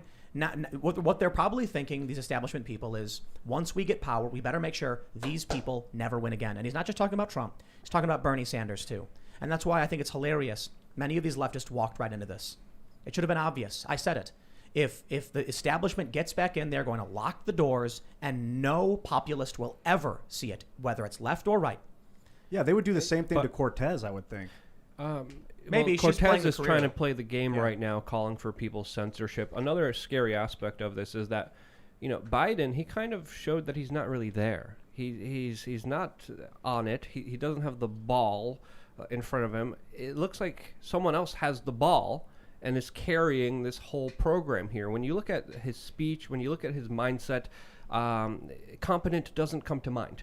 And when you have that, you also understand that this is the person that sold out to the special interest almost more than any other president before him. He argued with Barack Obama, saying that there needs to be more special interest inside of the Obama administration. And Obama had to tell him no. So when we have big tech executives inside of the Biden administration, Goldman Sachs, the military-industrial complex, and you have unlimited power, you look at that entire recipe, there's no one or nothing that could check him. Another thing that I kind of wanted to bring up is that if you remember, Chuck Schumer literally brought up that if you mess with this, this is not his exact phrase, but he said, when Donald Trump messes with the intelligence agencies, they have 6 ways to Sunday to get back at him. So I also, in relation to that, I also want to bring up this CBS News article that is literally titled, "Social Media is a Tool of the CIA, Seriously." That is the title of their article on CBS News, and they start off by saying, quote, "You don't need to wear a tinfoil hat to believe that the CIA is using Facebook, Twitter, Google, and other social media companies to spy on people. That's because the CIA published a helpful list of press releases on all the social media ventures it sponsors via its technology investment firm InQtel." So again, that's the firm that I brought up here previously before. So there is a lot of things to talk about. There's a lot of room for kind of speculation here, even though I don't like doing that.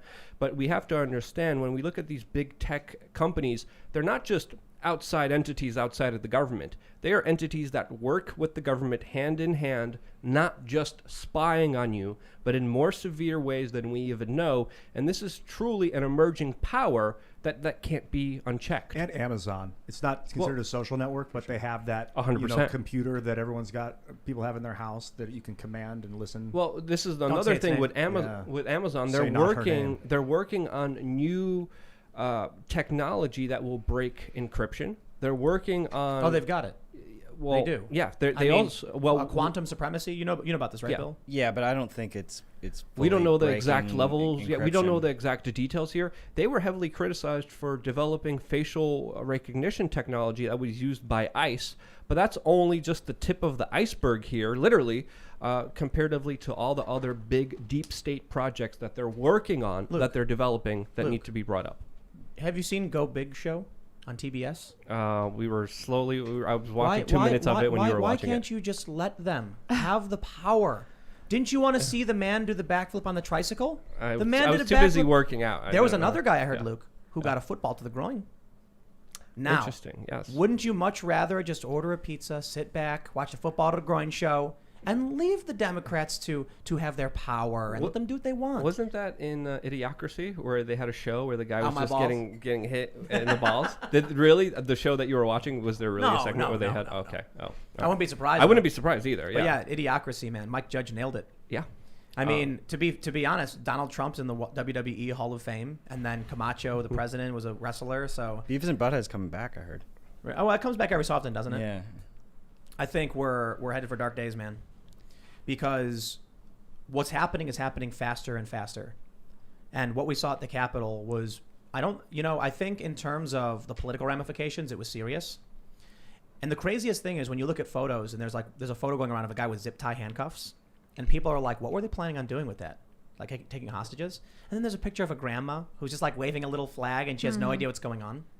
It's really, really weird what we're seeing, but the media is treating this like the apocalypse. It's exactly what the left, the establishment, the cultural institutions needed to take action to start purging everybody. Yeah, So now there were reports earlier before the show that Steve Bannon's show has been deleted from YouTube. So I think, and they said it was for election-related misinformation. Yeah, that wouldn't surprise me. And there's a very famous meme going around now that says, quote, "We spend $750 billion annually on defense, and the center of American government fell in 2 hours to the Duck Dynasty and the guy in the Chewbacca bikini." It's and they have a photo of the, the guys in costume. It's really funny. As this purge is going on, I do think some people are leaving Twitter, that they're deactivating their accounts and they're going to Parler because the president has been removed. But I think a lot of people are being banned, and a lot of people are noticing. I think it's probably a lot of people purposefully leaving. I wonder if the majority is actual bannings. But my Twitter following is like, it goes down and then it spikes really high because I'll tweet something and then the people who remain will start following me. But then as people are leaving, it goes down. A lot of people are down. Like I saw one tweet just now, 16,000 people. Julian Assange's mother just tweeted that she lost 6,000 followers just now. Yeah. This is a mass purge. This can't just be people leaving. Twitter is going through networks. They're probably looking at a network and just removing people. You said they were going through Rudy Giuliani's. Well, so there's a Twitter bot that will tell you when someone in the Trump network follows or unfollows. And it was this massive lift saying Rudy Giuliani unfollowed this person and this person and this person, and just huge list of people saying Rudy Giuliani unfollowed these people. And I'm like, did Twitter just pull up Rudy Giuliani's following list and just delete everybody he followed? Because they all got trying nuked. to protect people, maybe. No, I don't know. Rudy Giuliani is fighting for Trump, so he got removed. When I was down there in the bathroom, I just thought about that we need to break up these corporations again. This is this monopoly on public speech, and I just don't see a value to shattering the corporations into a bunch of proprietary networks. Why would we break Facebook into Facebook Prime and Instagram again that Zuckerberg owns both of? That the code is still. So I keep going back to the way we would break up a social network's monopoly is by freeing their software code after they reach a certain level of user base. And people's argument is, why would I give up my work for all this, my life's work, if I've attained 100 million followers, now I lose my code? And I'm like, well, your code going free doesn't mean you lose the network. You still own Facebook. You still can profit off of all that activity on Facebook, but the code...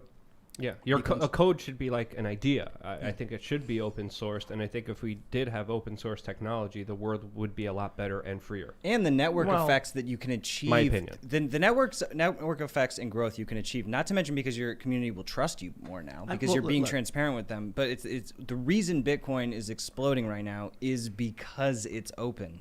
There's not going to be a closed system. But I understand that you guys view the code as our code. I think that sometimes the code can be my code, and you're all just dirty commies who think that. And I actually believe in private property, so I disagree. But in all seriousness, no, I think there can be, I think a lot of things need to be open, depending on what they are. Probably social media. If it's something that has a serious impact on our politics, civics, then we should probably understand how that works. But if it's a proprietary service, I don't think that code should be forced open. A city. No, not forced, but it's in your interest to do it. Well, like voting systems. Yes, we need to know absolutely. how they're working, why they're working, and we should be able to watch. Because think about it this way. If we could see the voting counting going in real time and how the code worked, and then something weird happened and a vote flipped, everybody would see it. The problem, I guess, is then it's connected to the internet. But then everyone's watching it, you know what I mean? So I don't know. There's challenges to this. It's just accountability. Why can't we have accountability? We should have accountability for so many different things in our society that would clear things up. If you're gonna say that there was Russian collusion with Donald Trump, show us the evidence. It took them a while to reveal absolutely nothing. And then in the meantime, they slandered and discredited and threw people under the bus, including myself and We Are Change. We're talking about, the voting that just happened. Be transparent. Do investigations. Look into it. Show us the evidence. Again, that would have proved and solved so much angst. That would have proved and solved so much of the uncertainty. And again, when these companies make these large decisions, banning people, destroying people's voice. They're doing it in a way where there's no accountability for that. There's no way to appeal it. We don't even know why the decision was made. We don't know exactly what even led up to it. It's just a totalitarian saying, that's it, I get my way. I don't even have to say why I did what I did. And that's a dangerous, unaccountable power that surely, I was saying this years ago, is going to be abused, is being abused right now. A lot of people want to talk about civil war and stuff, and they think the right has some tremendous advantage because they're the tough guys, because they're the survivalists and all that stuff. But I said, listen, man, they'll sever the lines of communication in 2 seconds before anything starts. And then you'll be sitting there looking at your phone saying, I wonder what's going on. The lines of communications are being severed. It's what they're doing.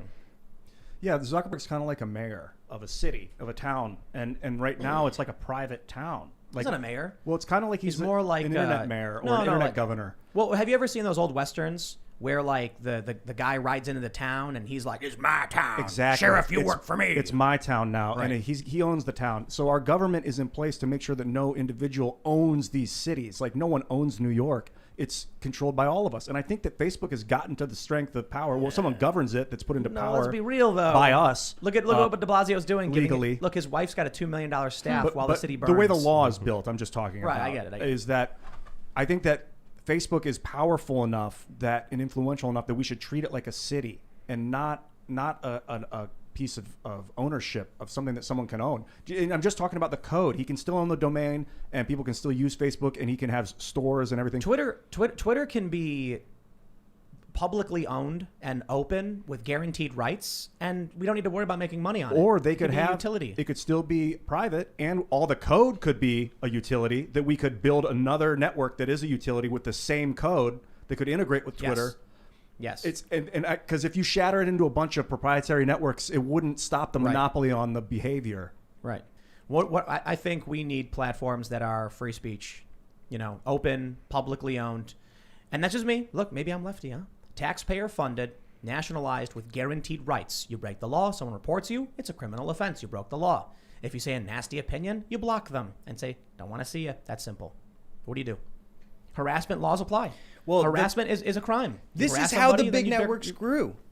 Under that premise, mostly. Right. I mean, their content policies were always pretty restrictive, but to a certain degree, they rode the whole wave of letting people say most of what was okay, and now they're doing the bait and switch.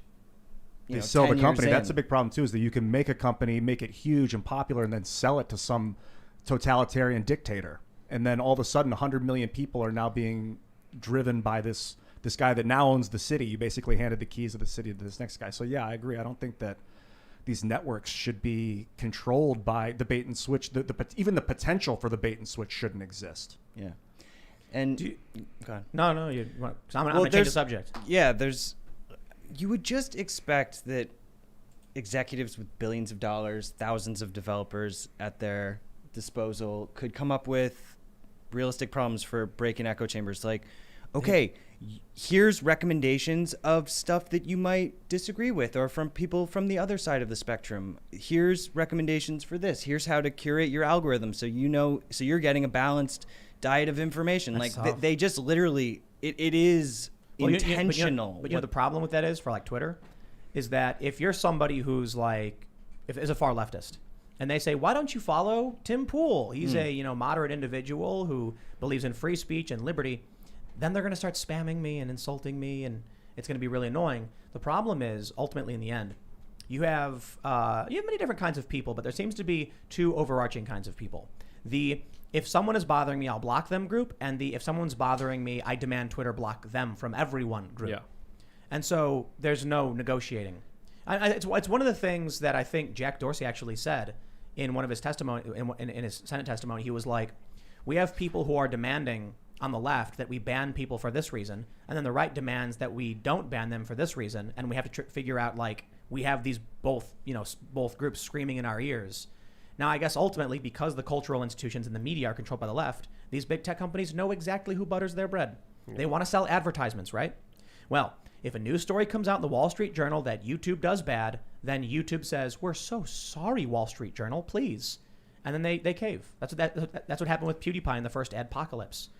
And the crazy thing is these news outlets know YouTube is their competition. So they're doing it on purpose for financial gain. But they also learned that people like to hear their own thoughts regurgitated to them. So they created echo chambers through the algorithm. And I remember back in the day when the internet was still amazing and a beautiful place and was a free place because it didn't have any algorithms. It didn't have any news feeds. It didn't have any curated timelines with these corporations deciding what you should hear. If you would subscribe to something, you would actually see it. You would actually hear it. This curation has essentially led to these larger echo chambers, to these larger radicalizations, and have pushed people further and further apart on the political spectrum, where now we are in a situation where people are at each other's throats.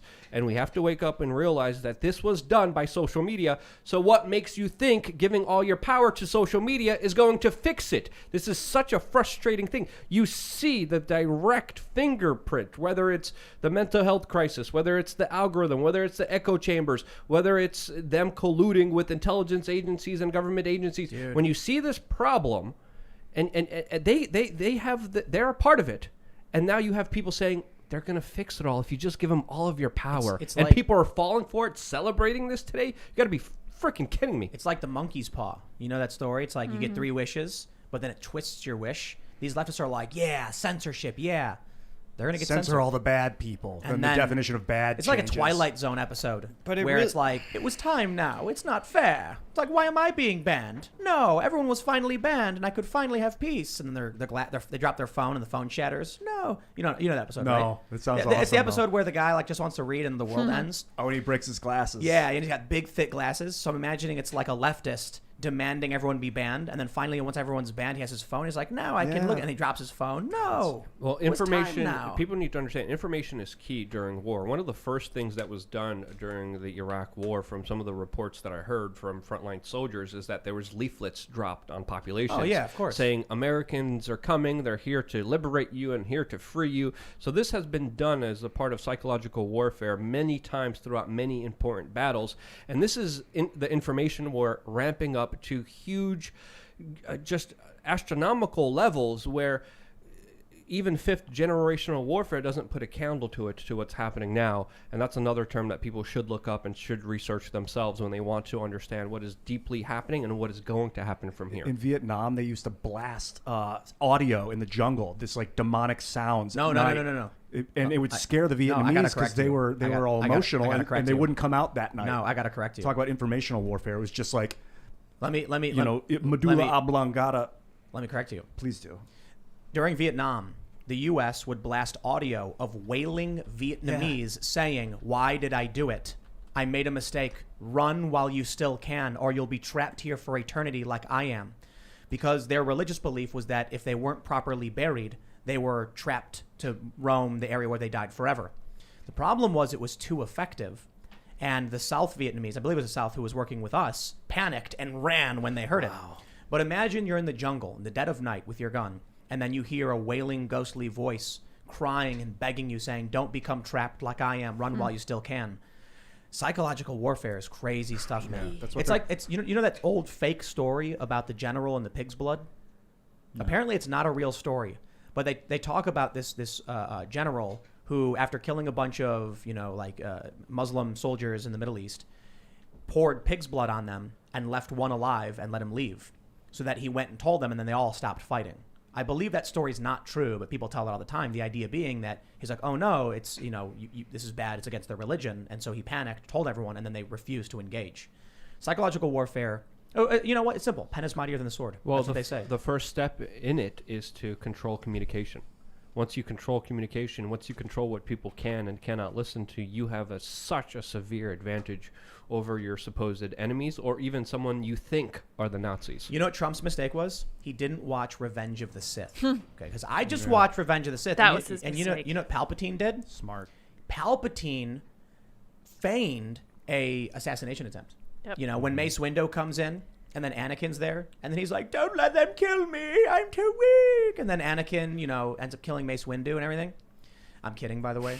But it is created interesting. Darth Like, Trump is sitting there. I don't think Trump had, to be honest, they're saying Trump incited it and all this stuff. I don't think so. I don't think Trump intended for this to happen. When we had Jack Murphy on recently, and he was saying that it sounded like when Trump was giving his speech, it was a concession speech. He said sometimes it takes more courage to do nothing. And he was like, what does that mean, Yeah. Like Trump was trying to wind things down. Well, he And then- said it's going to be up to Mike Pence.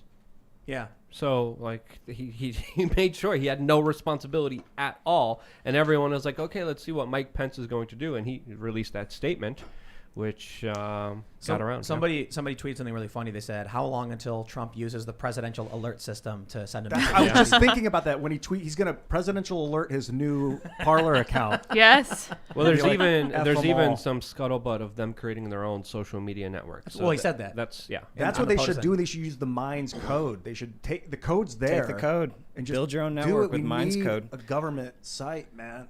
More it'll diversity. call I mean, Trump's- Tim, you've known to back up your social situation the whole time. course. You have to. You have to protect yourself. And the fact that he didn't. It's There's troubling questions and troubling and dark times ahead. And Joe Biden, he warned us. He said a dark winter. That's what he called it, a dark winter. And I think the challenge is for us is, well, I should rephrase this. I don't think there is a path towards de-escalation, and I've said this a long time ago. And it's really interesting. The left repeatedly claimed that I was wrong and hyperbolic and fear-mongering and all that for simply saying, look what happened. This is freaky. Why would it stop? I'm worried about this. And then when it does happen, they're like, why were you talking about it, Tim? You shouldn't have mentioned that Atlantic wrote about a coming civil war. Like, how dare you read what the mainstream media is saying? The issue, there was a tweet earlier from someone wrote in the Washington Post, I think it was Margaret Sullivan. She said it was Tucker's fault. It was Hannity's fault. It was Fox News' fault. And I'm like, if I recall, they were condemning the violence all year. And it was CNN who says protests have to be peaceful. But when you see tweets like that, when you see Democrats calling for expulsion, calling for escalation, then I would be more than happy to have everybody just be like, we don't want to do this anymore. Who wants to go see a movie? I'd be like, I'm down. I don't care what your politics are. Let's go grab pizza and a beer and hang out and just stop all this. But you've got a constant berating and beating and suppression happening where they didn't just go for the president today. They're going for his supporters and they're nuking everybody. Steve Bannon's War Room deleted. The YouTube channel's gone. They're making sure they're purging this aspect of American culture. I think there's no linear path to de-escalation. Maybe, like you said earlier, it's a compounding or an exponential escalation in any direction. Because of the way the system works now, it started with radio and television that you could speak for an hour, but then people could listen to it for 10,000 hours, even though you only spent an hour of your time. 10,000 hours of listening could accrue, or 100,000 or 1 million. And now with internet video, it's not just on for an hour a day. It's on there permanently for like exponentially more listening hours are potential. So change can happen exponentially in any direction, and Bill, including a de-escalative function. totally agree, man. It could happen within days if with the right powers in place. Bill, you brought up a good point. You got to be prepared for this stuff. You guys were preparing. You guys have an alternative. I was preparing. I've been collecting emails on, wearechange.org because I knew something was coming. Donald Trump supporters are screaming about this, saying this is going to happen to you. You need to do something. You need to prepare. Some of us have prepared, but essentially, let's just be honest here. It's not just that he wasn't prepared. He was sometimes ignoring individuals telling him directly, this huge censorship hammer is coming your way. Well, like, how long ago was it that we were at the White House? A year or A something? year, longer than a year. It was Yeah. like a year and a half. Yeah. And Trump was just like, what platform should I use? You didn't think to like- ask someone? Well, he knew. He invited us. He knew. Right. Yeah. He Yeah. knew. Yeah, but he was resisting because he has a very mainstream approach to things.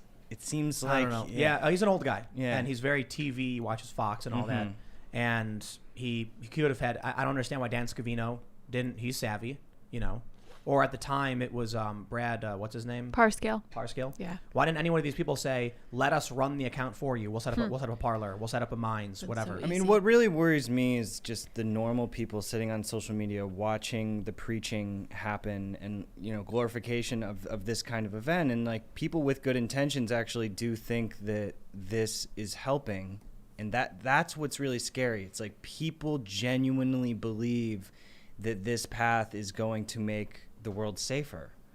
And I'll tell you one thing. You take a look at the people with connections, the people with resources, and the people of great success. And what have they been doing? They've been buying Bitcoin. I wonder why. They've been buying land in rural areas and fleeing cities for some time. They certainly must know something. Maybe they don't all think the same thing, but they think something similar. And when you see people like, I don't know, a couple of years ago going on a major podcast and warning about a coming conflict due to censorship, and then saying, I'm going to build a van, so, a bug out van. Yep. And now here we are with the Capitol being stormed. I don't expect like a plumber to be fully tuned into what's happening. But there are people who base all their investments on they wait for Warren Buffett to do something. Like, he must know something, so I'll just buy what he buys, right? Well, when you see all of the people who have access to government officials and media institutions and intelligence agencies fleeing to rural states, red states, and rural areas and buying up swaths of land, should make you think something about what's going on and what you should maybe consider. Yep. Another thing to really kind of deep dive into and to really think about is we're also seeing something that is curated for us. So the algorithm, the news feed, the curated timeline, they're showing you people celebrating. But that doesn't essentially mean that a lot of people are celebrating, and those viewpoints can be manipulated. Our perceptions can be manipulated by what we're selected to see. And already there have been studies done showing how the timeline could manipulate your emotions and how they can make you feel different emotions just by deciding what to show you. They could do that on so many other different levels. And Do you know about the Confessions of the Economic Hitman? Yeah. So of course. Yeah, one of the things he talks about is that in order to stage a coup in a foreign country, one of the things you do is you hire about 1,000 people to protest and film it, and then from those tight camera angles showing massive crowds, you say it's 100,000, and then you people believe it, and they think the country is in chaos, and then it makes regular people freak out. We've seen a lot of things done through various intelligence agencies with sock puppet accounts, which is bots. Sock puppet accounts, basically one person will have 50 accounts with fake pictures, with fake names, and they'll post things attempting to manipulate and influence people. And this is an ongoing problem around the world. The U.S. used to do it all the time to manipulate foreign countries. Yeah, the U.S. government they still do. Yeah. And the Israeli government admitted that they had government agents that are trying to sow a particular viewpoint and a particular narrative that are working from the tax dollars to push the government's agenda. So this is something also talked about by Cass Sunstein, Obama's former information czar, who talked about how there needs to be an effort to undermine individuals who were affected by 9/11, like family members who had questions about that event. He specifically talked about how the online community needs to be infiltrated, needs to have people who go on there and make everyone else look bad, so people don't take some of these serious, legitimate questions seriously. And he talked about pretty much informational warfare about how to undermine any legitimate form of criticism of government. Well, there are I'm not going to name the companies for legal reasons, probably litigious, but they dominate Reddit. There are political organizations that have training manuals on how you derail conversations and manipulate opinion. So when a post pops up and says, Donald Trump does backflip, someone will comment, I like backflip. And they have they tell you, if someone says, I like what Trump is doing, respond with this. And they have a script. And so these people, their whole job is to go on and comment on each other's posts. There's a really funny incident where two people who clearly worked for two different companies were commenting on each other, and someone pointed out it was like robotic almost, and they were like, this is where you can see where the tangle happens when two companies trying to promote, I think it was promoting Democrats, collided, and it created this weird loop of nonsensical comment after comment because they weren't actually responding. They were like, well, the chart says if they say this, I say this. And so then it creates like a feedback loop. You know what I mean? Yeah, it makes you really wonder because I'm right now on Twitter and I'm seeing a lot of people celebrating. I'm seeing a lot of people. Yep. I'm seeing a lot of the reply guys who are going to be out of work now. Yeah, right? I know. I love it. Yeah, and what are they going to tweet? And let's be honest, some of it is legitimate. But then I also wonder, maybe some of the celebration, maybe some of the victorol that's promoting this larger narrative and agenda could be potentially manipulated. I don't know. I haven't proved it, but I just know for a fact that it happened before with other agendas, with other special interests that manipulated the system to procure a perception that leads you to be programmed in a way that is beneficial for those doing the programming. And that's exactly what we have to understand here. When we're giving our attention, when we're looking at this timeline, we are giving a part of ourselves into this larger company that could now take so much from us. When something's free, you are the product. And they could twist it, turn it, and they could be like, well, maybe he does need to buy this or this. They already know so much about you. It's absolutely terrifying. So what can they do with that information? The possibilities are endless, and we should not be kidding ourselves if those possibilities aren't being used and institutionalized and implemented right now. Well, that's the problem with proprietary code, in my opinion, is that you don't know what the algorithm's doing, which is why I'm obsessed with Minds. I didn't even know when I met you, you were like, hey, let's build a social network. My first thought was, another one? Why? There's already Facebook, Twitter, and YouTube, but we don't need one. But then you started telling me about free software and the power of knowing what the algorithm is doing to you. I mean, it's literally doing things to us. So it was you, Bill, who radicalized him into screaming free the code all I day. did. It was me. free the code. I introduced him to Richard Stallman and Linus Torvalds. But I mean, it is true. Like Linux, for example, like which took over the whole operating system infrastructure of the whole financial system of the whole world. Because it's free. It's free. I mean, and that is going to happen with every. Well, so let me just explain something real quick to people who don't understand. Linux is an operating system. It's free. It's great. And people realized that if you were using some of these traditional operating systems, which you probably know, like Windows, you got to pay for licenses. Linux is free. So just put Linux in all your servers. Yeah. There you go. You save a lot of money. Yeah. So in the biggest, even Facebook and Twitter and Google use Linux heavily. Yeah. But then they build on top of it, and they don't share their little secret sauce And that that's they because built on it's top. an open source code and not a free code. Like, isn't there there's software codes where if you build on top of it, you have to they're make different licensing structures. And so the difference is in open source software like Linux, you can build on top of it and make it private and then call that whole thing private. Right. But with a free software code you can build on top of it, it has to remain free. And so any changes you ever make going forward remain free. Mm-hmm. And Yeah, it's called copyleft. The principle of having to share Copyright. Yeah, copyright. Yeah. So, and everyone should be able to do Leftists. whatever they want to do. But that's the funny thing that, It's weird. it's sort of a left principle. I mean, to be. both are good, but everything's switching. And what you were Right. saying about like where you find the source of truth, when look at what the left and the right agree on, like the progressives and the libertarians, like find those people who can talk. Dennis Kucinich made a really interesting statement where he's like, me and Ron Paul are like best friends basically. Back in the day. And they would, he said that on many votes, if you look back in the record, it was always like hundreds to 2. And it was them. It was them. Agreeing. It was the two guys Stop from the government. both sides of the spectrum. So if it was like something involving civil liberties or surveillance or whatnot, it would be those two guys who voted together. And so that's where the truth is, and that's why some people don't like Tucker Carlson, but like Glenn Greenwald will get on there and talk to Tucker. I mean, you have that's Jimmy an Dore important. So these people who are willing to have the conversations but have radically different political beliefs. But that's why they're all called right wing. Now the weird thing is they can't call Jimmy right wing, so they smear him in other ways.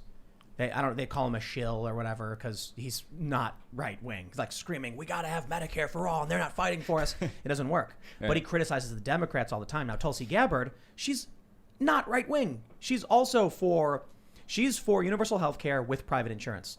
That's what I agree with. And they attack her for it, for not being left enough. It's crazy. Like most countries in the world that have universal health care, when the left is like, oh, all the countries do it. Yeah, they have private health insurance on top of it. And that's what she's for, but they call her right wing. They call Glenn Greenwald has been right wing for a long time. It's hilarious. it's easy to slap that label on. But the funny thing is with Biden, like he's always been like generally moderate, hasn't he? Like he traditionally was he a radical left? No. He wasn't. The better way to put it is he says what he thinks he needs to say to reach the lowest common denominator. But we also have to understand when we're talking about individuals like Tucker or Greenwald or Tracy, these are individuals who also criticize Trump. Right. These are Right. individuals Yeah. who actually have, They're still right-wing. virtues, who actually have principles, who actually have ideas that they believe in, that they don't flip-flop on no matter what the political alignment is. They rather go on merit rather than political ideology, which is something that's extremely rare, should be promoted more, but sadly we're seeing less and less of, and we're going to see a lot less of that, especially because behavior like that was not incentivized by the algorithms. People knew if they wanted more followers, they wanted more engagement, they would metaphorically take a dump on their political opposition, and they were dunking on them, and everyone was celebrating, and they were fighting, and then until the fighting gets so out of hand, where here we are today. And this censorship, they know it's going to spread more paranoia. They know it's going to spread more fear. They know it's going to spread more conspiracy theories, disinformation, and false news, and it's going to make it worse. So the fire is being fueled. It's out of hand already, and it's going to get a lot hotter in here. So that's my 2 cents. Yeah, it's burning up, and it's crazy that there are internal wars happening at these companies as well. Like, one of the anomalies that I am trying to understand is, like, Peter Thiel, for instance, is on the board of Facebook.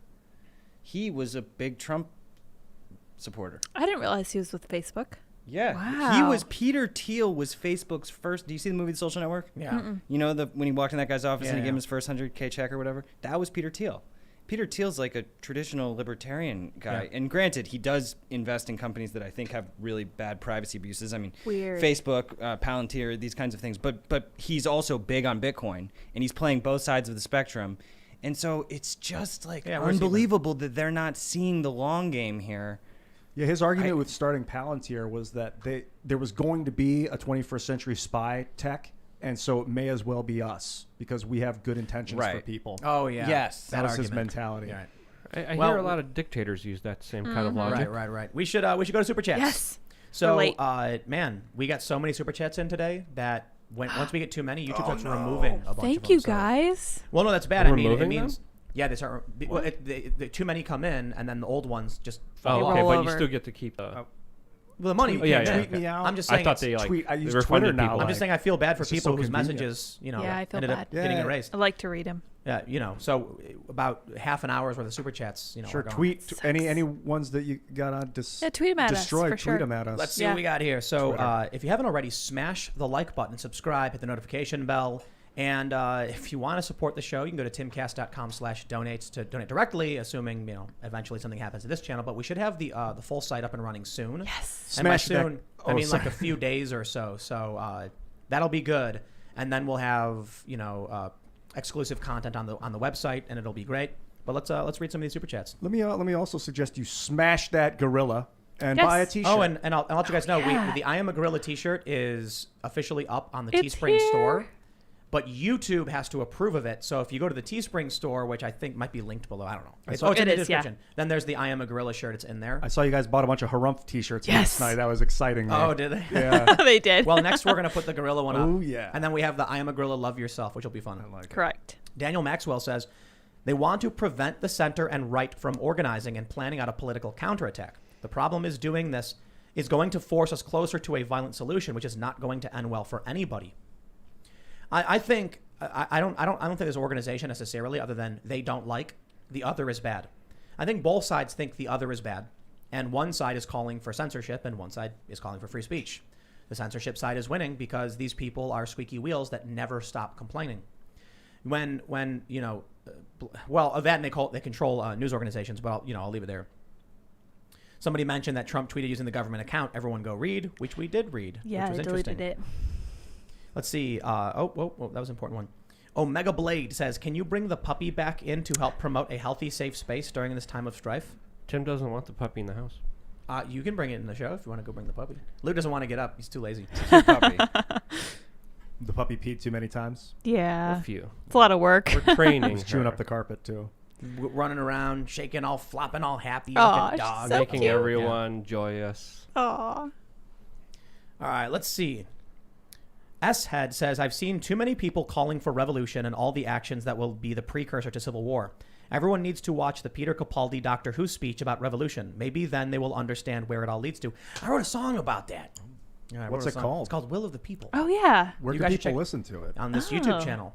So it's actually one of the top videos now because it's got like 700,000 views. That's crazy. I didn't think you guys are awesome. Got it to 1 million. But that would be great if those who are watching, you should check it out. But if you haven't seen the video, and I look, it's a video I made. It's a song I wrote and performed. It was produced by Nishra Ottman. It is about the cycle of revolution and how these people who think they're fighting for a better future will not get what they think. And as the saying goes, be careful when fighting monsters, lest you become one. For when you gaze into the abyss gazes back. But yeah, check it out. Will of the People on YouTube, on this YouTube channel. You can search for it. I'm also hearing the quartering was just taken down. What? on YouTube. But, no, What? but that looks like he deleted it. Okay.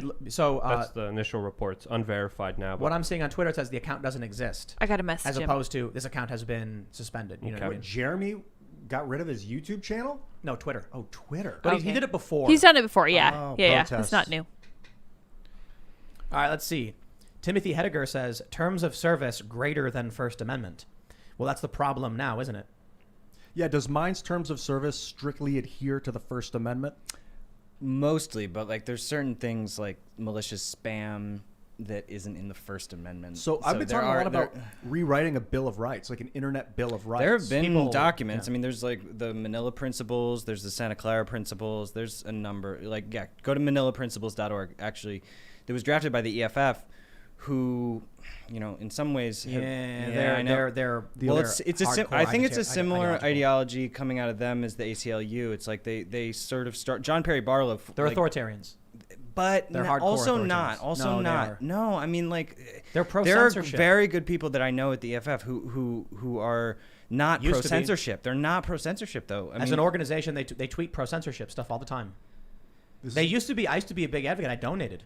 Go to the hacker conventions, EFF. I actually fundraised for the ACLU at one point. Now they're pro-censorship. They advocate for removing people's right to speech. Yeah, repeatedly. well, they're standing up for 230. Standing up for 230? Yeah, but we need 230 reform to Yes. protect people's right to speak, not just blanket keep it or leave it. Yeah, nah, I'm not a fan. Anyway, Daniel Nelson says, to make matters worse, we can't even go to open mics right now. Our literal public town square for locals is currently not available. I am trying not to be very frustrated right now. And that's a very important point. None of us can go out to public squares or to town hall or even church where we normally communicate, and you're forced into these ideological bubbles. Now they're banning, they tell you can't go to church, then they ban you from social media. These people are going to burst, Yep. man. And the church and the pubs have historically been a place for organizing rebellions. Now they're shut down. Coffee houses. He goes on to say, anyway, which foot should I be catching pop shoves? Good question. Dude, what? That's not a good question. It's your front foot. End of story. I don't understand. I guess if you're doing like a nollie pop shove it, you do your back foot. Well, maybe No, I they don't meant know. left foot or right foot. Was that the question? Well, that would make sense. I mean, you're talking about a switch shove it or a regular shove it. So are you regular, goofy? What are you talking about? You do a nollie shove it, you could maybe use your back foot, but I guess a front foot would still be cool if you did a nollie pop shove it. Some jargon there for all of you who have no idea what I'm talking about. I am clueless. Everyone in the room but Tim. Do you know anything about I have skating? no idea what Yeah, that was that's fun. nerd. That's like Ewok talk. Kelty skateboard jargon? Yeah. Come on. Kelty said, my company in Seattle just announced it will hunt and fire outwardly racist people, online or in private life participation. Chilling. Who judges outwardly? NRA, Republican? Who are the fascists? Look, you ever see that episode of Rick and Morty where the giant heads come? And then the guy forms a religion where they wear clay heads. Show us what you got. I think so. And then like they whatever the faces do, they interpret it in some ridiculous way. Mm-hmm. And when Rick and Morty's parents are like, we don't want to be involved in this, then they tie them to balloons and prepare to send them to their deaths. Like that's basically what it is. We don't know what we're talking about. It's very Bronze Age tribal religious type behavior. Just adhere to the tribe, do as you're told, no wrong think. You know? Yeah, saying racist is a weird term. It's not even about racist, though. It's just about, are you a member of the tribe or not? Will you conform or not? Otherwise, they'll chase you out. That's about it. All right, let's see some more super chats here. Timmy Grice says, my question is for everyone in the room, lids included. Would you sideline your social beliefs for free speech and freedom? What does that mean? You could be quiet. Would Yeah, you I would. sideline your social beliefs? Yeah. Like, I'm not going to push some personal narrative to destroy your ability to speak freely. Yeah. Wait, I think it's a hard question. Would my beliefs for freedom of speech, like would I ever give up on my belief in freedom Would you of speech? give up your beliefs in order for other people to have free speech? But my beliefs are Sort of for an free speech. oxymoron. Yeah, But doesn't what make- if your beliefs were maybe they're not? Maybe you think they are, but would you put down what you truly believe? To those who would give up a little bit of freedom in exchange for security deserve neither Deserve and will, neither. will lose Yep. both. Sam Good says, "Hey, how does Ian get things done? If you have to break things down to complete individuality, Tim, you get angry too Too easily. easily. Guessing. I'm a social liberal and a financial conservative. Okay. Depends on get done what. I don't know. Sometimes I write it down. People are warning about what's going to happen on the inauguration Sometimes day. I and I'm record worried about a it. video. People are posting things online about the 20th. I think Tim and Ian arguments are becoming a meme in themselves. Well, yeah, but that's kind of partly the point. Yeah. Dude, Tim reminds me of a lot of people I've known throughout my life. Well, it is a meme. Like when you weren't here the other day, people were posting "No Ian, no peace." Yeah. You just gotta And dig then in. they were posting "Free Dude, the code." you should hear us sing together. It's magical. It's great. It's awesome. No, but people were posting "Free the code" in chat because you weren't here. It's true. They were And- missing and- Ian. and like Waving the and the flag. Fed and stuff. Yes. Yeah. I can't believe I radicalized I say you. we get I say we get boxing gloves and a live feed. Yes, let's do Oh it. Lord. I'm here for it. Oh God. Dan Orlowski says the FCC sent out a message stating that broadcast station that they have an obligation to play the messages put out by the emergency alert system. Really? I don't know. Wow. Never heard that. Akapot says, Ian, you're way smarter than people give you credit for. You rock, man. Keep it up. Thanks, All dog, of you keep it but up. I'm just an amalgam of all the people I know. Your comment on the limitation of right-left is astute. Google political circle. It's not a line. Actually, Gavin McInnes drew a picture and posted it once showing the political circle. Yeah. But it's just another way to interpret like certain beliefs in a spectrum, right? If you talk about left and right economically, it's easily aligned. When you talk about tradition versus progress, it's easily aligned. When you talk about authoritarianism, then you can make it a circle because there are certain groups that align with each other, but based on ideological differences like racism or something, they'll agree completely. Like there are alt-right people who are for universal health care and left-wing politics, but they're racist. So it's like their politics, their market ideas are very similar, but they have weird, cultural Or ideas. like people that want Medicare for all, but they're authoritarian about it, versus people that want it, but they're libertarian about it. Like ban private health insurance versus let people buy private health insurance. It's the authoritarian versus the libertarian. Bernie Sanders says ban that. Take that away from people. They have no right to choose. That's very authoritarian of It it. is, yeah. Only the government can give you your health care. The libertarian approach is we will create the option for universal health care, and then you can choose to get private insurance because then you can have something, supplemental if you can afford it or if you need it. I don't understand the logic of taking away people's right to choose. That makes no sense. DTR Jr. says radios equal free speech. Bring radio broadcasting back. Okay. Have you considered doing terrestrial? I don't know anything about That'd be it. hilarious. Terrestrial. That'd be awesome. There are a lot of pundits who AM do. radio. Yeah. They do terrestrial. Yeah. We were looking at getting a ham radio, Yes. shortwave Oh, radio. yeah, we should do that. We'd have to get like a band, and then we'd be able to broadcast. Good We build have- the You need, tower. there are certain licenses you need, I think. Yeah. We have way too many super chats today, guys. I'm so sorry. So let's see. Corey Blair says WikiLeaks just dumped. Link on Parler. I'm not going to read any of that based on what he's saying because I don't know if it's true, but there's a lot in there. So I don't know if they actually released anything, but there you go. Oh, more people are saying it. WikiLeaks just dumped all their classified files on Clinton emails. Interesting. Really? I gotta look that up. Wow. Curious now. All right, let's see. Travis Ruiz says, hey, Tim, thanks. I was an active DNC supporter until I saw what you were talking about. Facebook is building a data center in Huntsville, Alabama. The FBI is also building here, and then he made an emoji face. Yeah, I don't like the Republican Party, obviously. I don't like the Democrats. That's why I didn't vote for these people.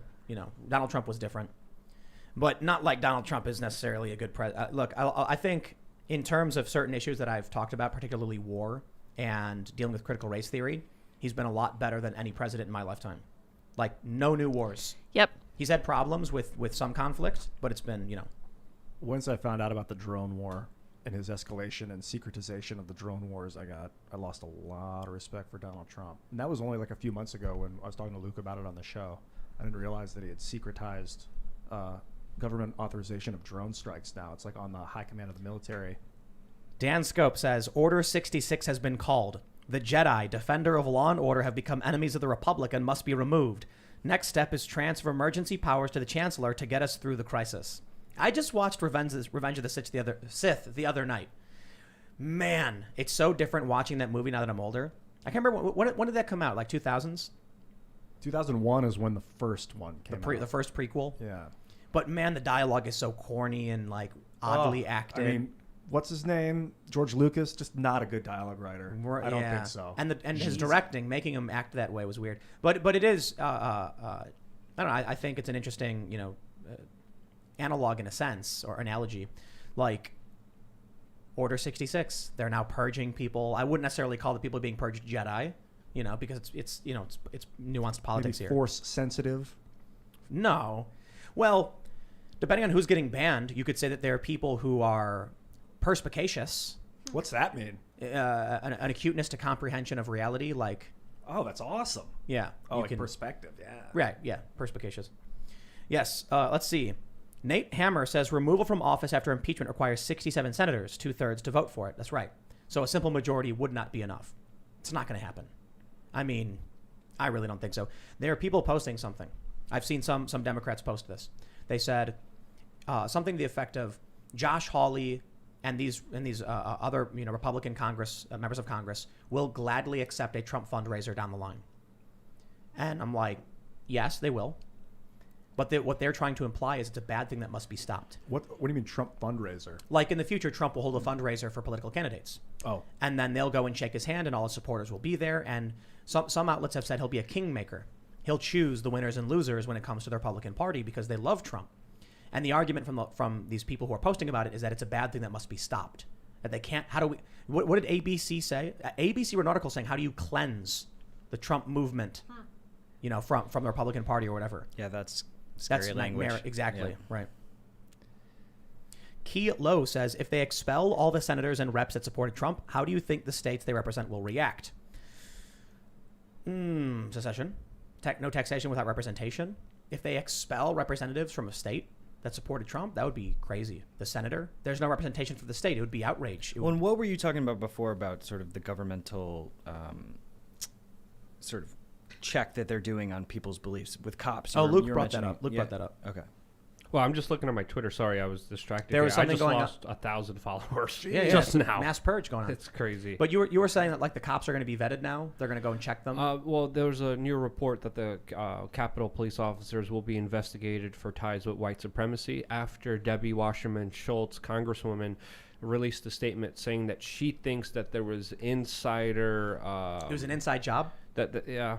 She It's one way of she saying it. thinks the U.S. Capitol was an inside job? No, she thinks that there was officers who helped people get in. They did. It's on video. And she thinks that some of them had ties to some of the protesters, and now we're getting information that all the officers will be investigated for, quote, ties of white supremacy. But what does white supremacy mean? We've heard that Exactly. argument before. We've heard people called Nazis for just the simplest, smallest, littlest microaggressions. So, again, who knows? I'm seeing rumors that Cloudflare has removed 4chan, but I'm not. I haven't able. I saw it earlier. I wasn't able to confirm it. Cloudflare, that's like Amazon Web Service, right? They're like a CDN. This is slowly becoming content like delivery China when it comes to their control of the internet. If you look at what happens when a small group of people control the internet, you essentially have China. Then you essentially have the social credit score. Then you essentially have them literally using American Twitter to talk about how great it is that Uyghur women are no longer baby-making machines and that it's great for gender equality that they have pretty much essentially concentration camps for them. It's so important to contextualize how the rest of the world is looking at us right now. Yeah. Like, okay, yes, people are probably disgusted with what happened at the Capitol, but like people in oppressive authoritarian government regimes are looking at this censorship and like being like, what are you doing? I mean, our problems are just so much less than what's going on in these countries where they can't even go on the internet at all. And we're our companies, our private companies are banning people from the internet. We've got major breaking news. I don't know if you guys saw this earlier, but Olive Garden put out a statement about Sean Hannity and banning him from the never-ending Pasta Bowl. His viscous attacks. We have a statement from Sean Hannity saying, "I never signed up for Olive Garden's never-ending pasta pass." Hannity says it's fake news. How can you ban someone from something they didn't have? I don't think Olive Garden ever actually said it. I think someone made a graphic because it was hilarious. This idea, They like misspelled vicious. Oh, in the... To Viscus, yeah. Oh, to Everyone Viscus. was mocking it. Matt Taibbi was mocking it. Interesting. That's like who got banned from some service from like Monkey something they didn't have. MailChimp? Yeah, Yes. who got banned from Oh, MailChimp? Enrique, Tario. And yeah. he didn't even have a MailChimp. Yeah, account. so they just claimed it because activists claimed he did. So then they announced they banned him, even though he was never with the Yep. service. Yeah. Let's see. Airsoft Master says, "Hey Tim, if Google, Facebook, and Twitter kind of companies keep heading the way they are going in regards to limiting speech, do you think we will ever be able to backtrack to before all of this, or is it to the point of no return?" Look, if you only ever ban more and more people, then eventually there's no more people left to ban, and it'll be Jack Dorsey sitting in a small room going like, "I think there's my opinion is bad. I'll ban myself," and then he'll just like that's it. Echo then, chamber. Then it's an empty server with nobody in it. They're going Everyone's to build banned. Everyone's AI banned. for you to interact with. If you want a social network where they're still populated, it'll just be a bunch of artificial. I'm Bots. wondering when they're going to build Love Simulator, the video game. Some people say TikTok was allegedly doing that, but who knows? Wow. Yeah. When you ban everybody, then nobody is banned. I guess technically that doesn't work because then nobody will be on the platform. But imagine Twitter just bans everyone, and then what happens when the left can't actually get to an argument anymore? So they start going to Parler because they've started doing it. They actually go there and then they post screenshots laughing about owning the cons or whatever and like the stupid things they post. And I'm like, there you go. So it'll be like digital drive-by arguments where like Twitter will be left wing and Parler will be right wing. And then someone on Twitter will go to Parler and then say something, screenshot it, and go back to Twitter and post it.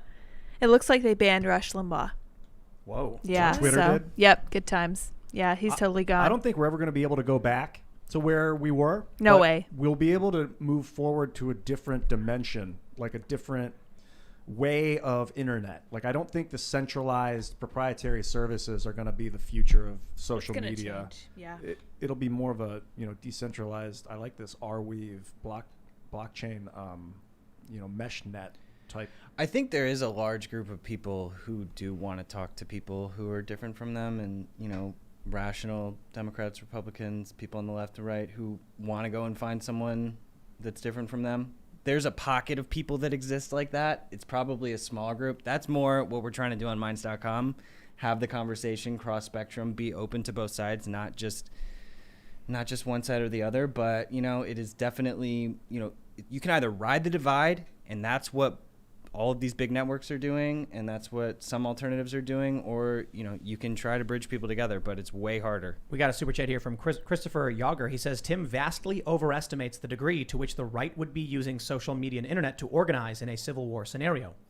Not necessarily. I just think it's a powerful tool. But with that being said, there's a really interesting story I read once that I don't know if it's true or not, but I read it in the context of nonfiction. I think it was in a magazine or something or some website. They talked about how there's, modern warfare, and then there's the archaic forms of warfare we used to have.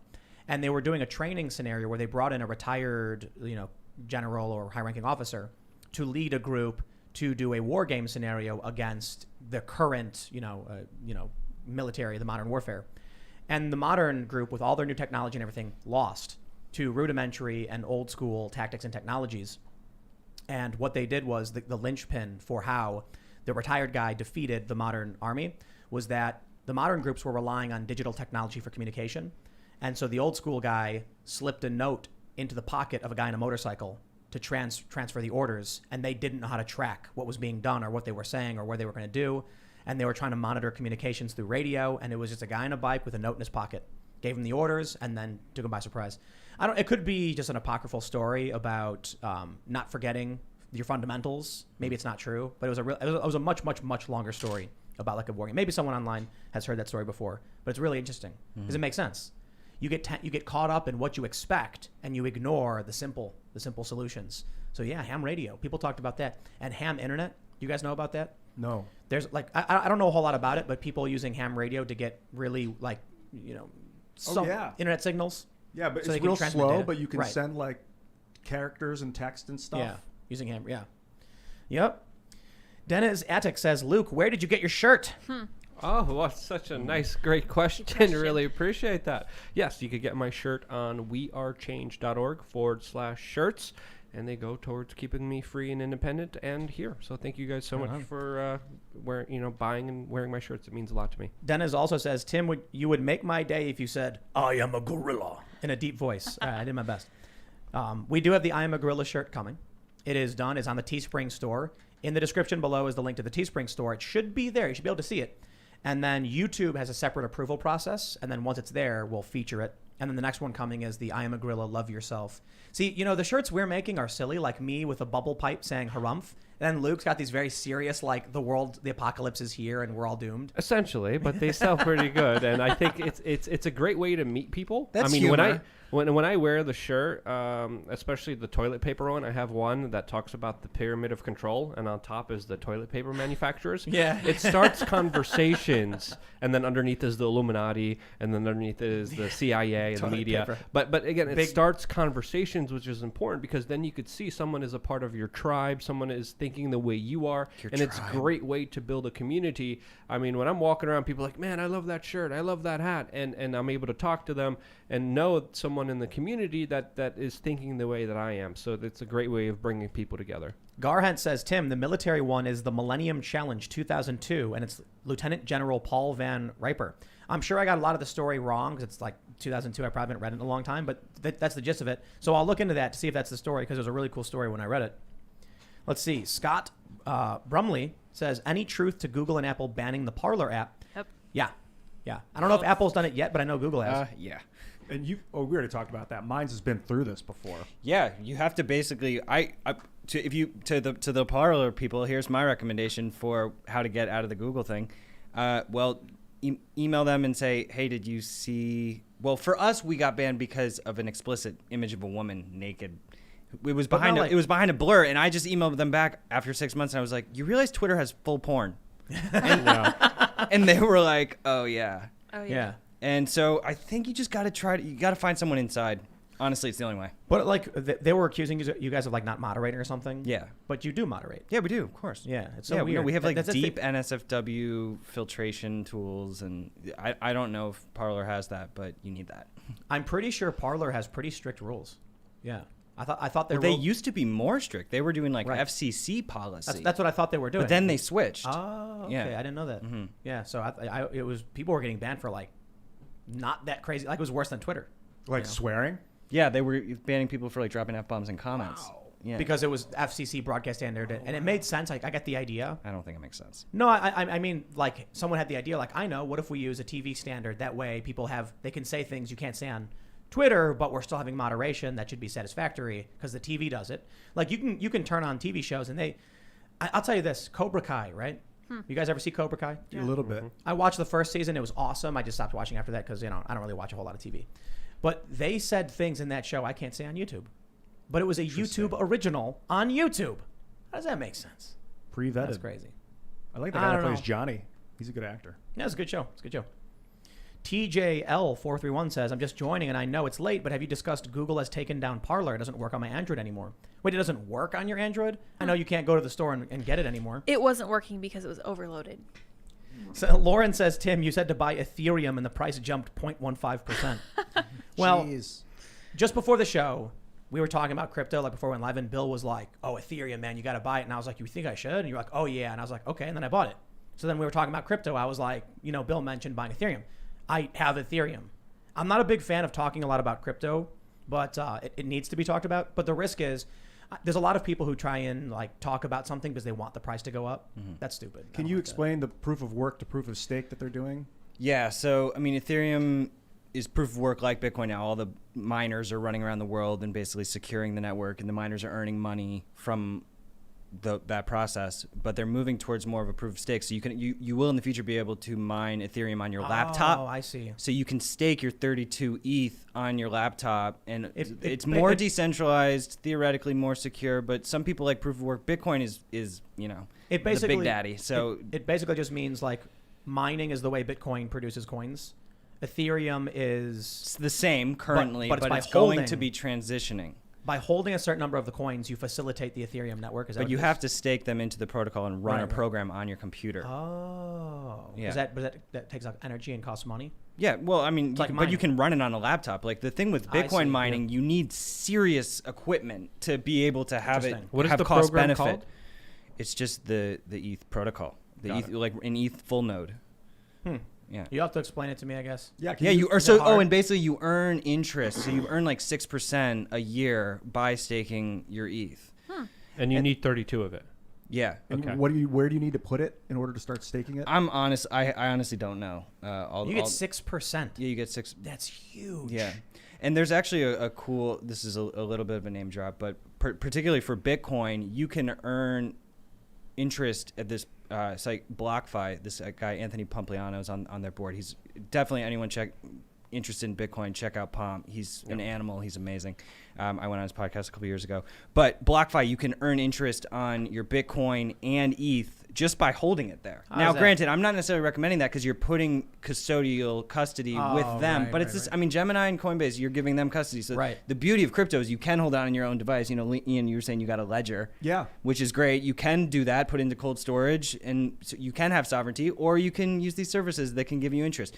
But with ETH, it's moving towards more of like decentralized finance, and there's all these protocols like Uniswap and whatnot where you can plug into and earn interest by providing liquidity, and it's like a whole new financial system that is blowing up. There's even like decentralized like insurance protocols and lending protocols. So, you know, have you considered doing it with the Minds token? Minds is an Ethereum-based token, and it's on. Yeah, it is. Cool. We are doing that. Yeah.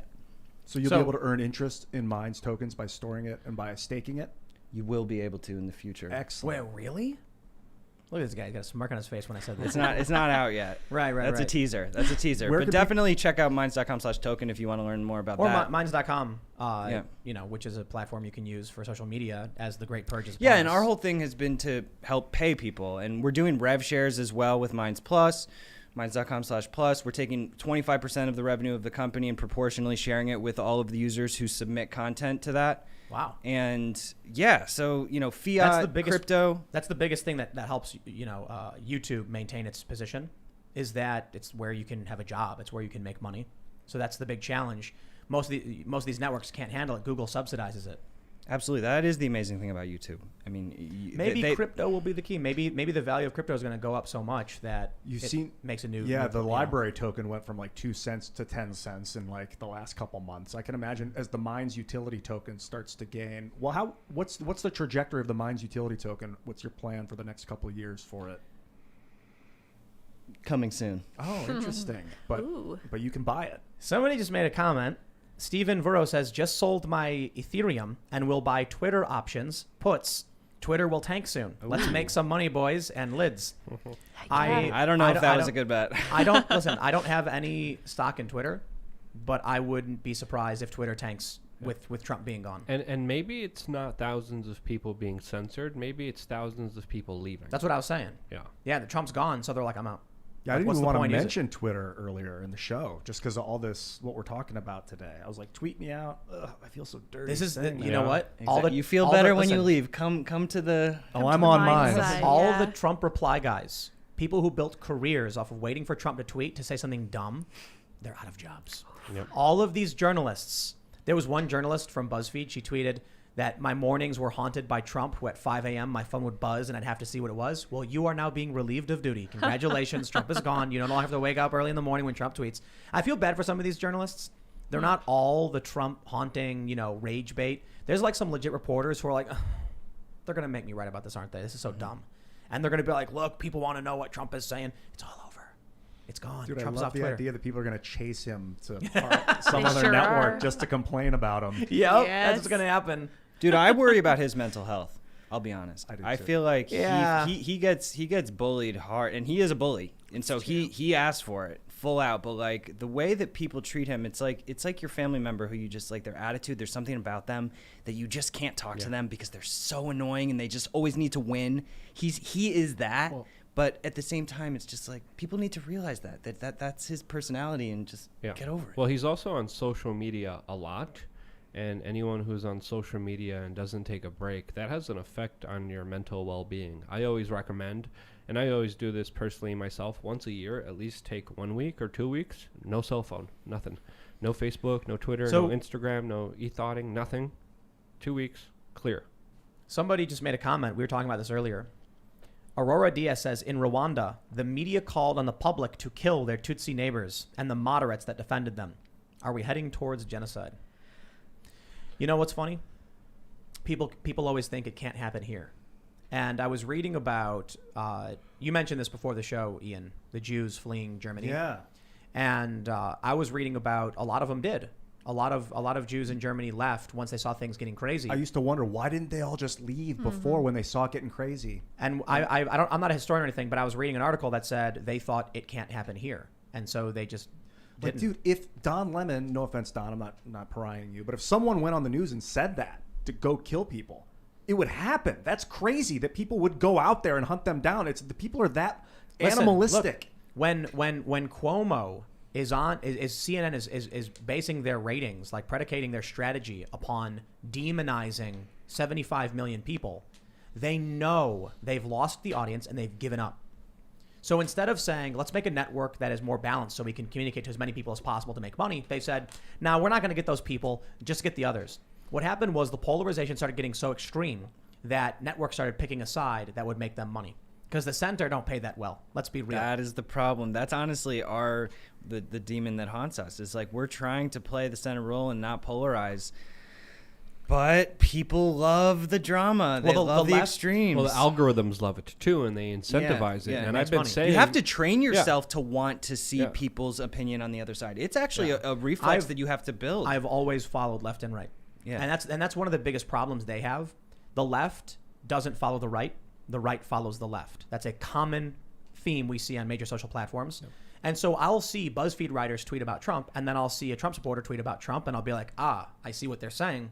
And then when I tweet, the craziest thing is I'll tweet something like, Ted Cruz condemned the violence and called for reconciliation. And then AOC immediately responded with, you should be expelled and resigned. But the left doesn't see what the right is talking about. And they're like, but AOC is right. He should be. And I'm like, yes, you're the problem. They call that the demand for escalation. And what's really interesting is even during Obama's first administration, when he was still the hope and change guy, end the wars, bring back privacy for the individuals, I had a subsection of my audience that was like, just admit it, you should be an Obama supporter. I was like, no, some of the things he's saying and promising is good, but it won't happen. Same thing with Donald Trump. People are like, just support Donald Trump. Just do it. I'm like, no. He's sitting down with Kissinger. I criticized him throughout his presidency, but now people are like, he fired not Kissinger.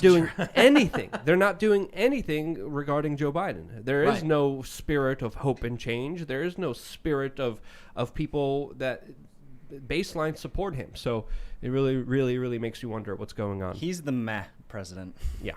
No, I think it works out really well for the far left. They didn't like Trump. They don't like the populist right. They were able to get rid of the populist right while putting in a very weak president, which they say is easier for them to overthrow. So what they did was they created a universal, an enemy for the populist faction. But he didn't sound weak today when he compared U.S. representatives. No, he did. He actually did. He Weak? You think that was weak? He was mumbling and like, he always mumbles. When doesn't he listen, mumble? Him sounding weak isn't the issue. It was the demonization. It was very strong words. It was strong words presented by a very old, feeble man. Indeed. But you were reading them, not hearing them. What the journalists do is they translate for Biden. Joe Biden could say like, I went down. I went down. I went down the shop. I was at the shop, and then the article will say, "quote I was at the shop." They cut out all the struggling, and then they say, "But he has a stutter." It's like, come on, dude. That's not stuttering when you say the things he's saying. The speeches he was given just a few years ago compared to the speeches now, you see a big difference. It's stark. Big time. So, look, the rhetoric is, they bring up Rwanda and the Tutsi and stuff. You know what, man?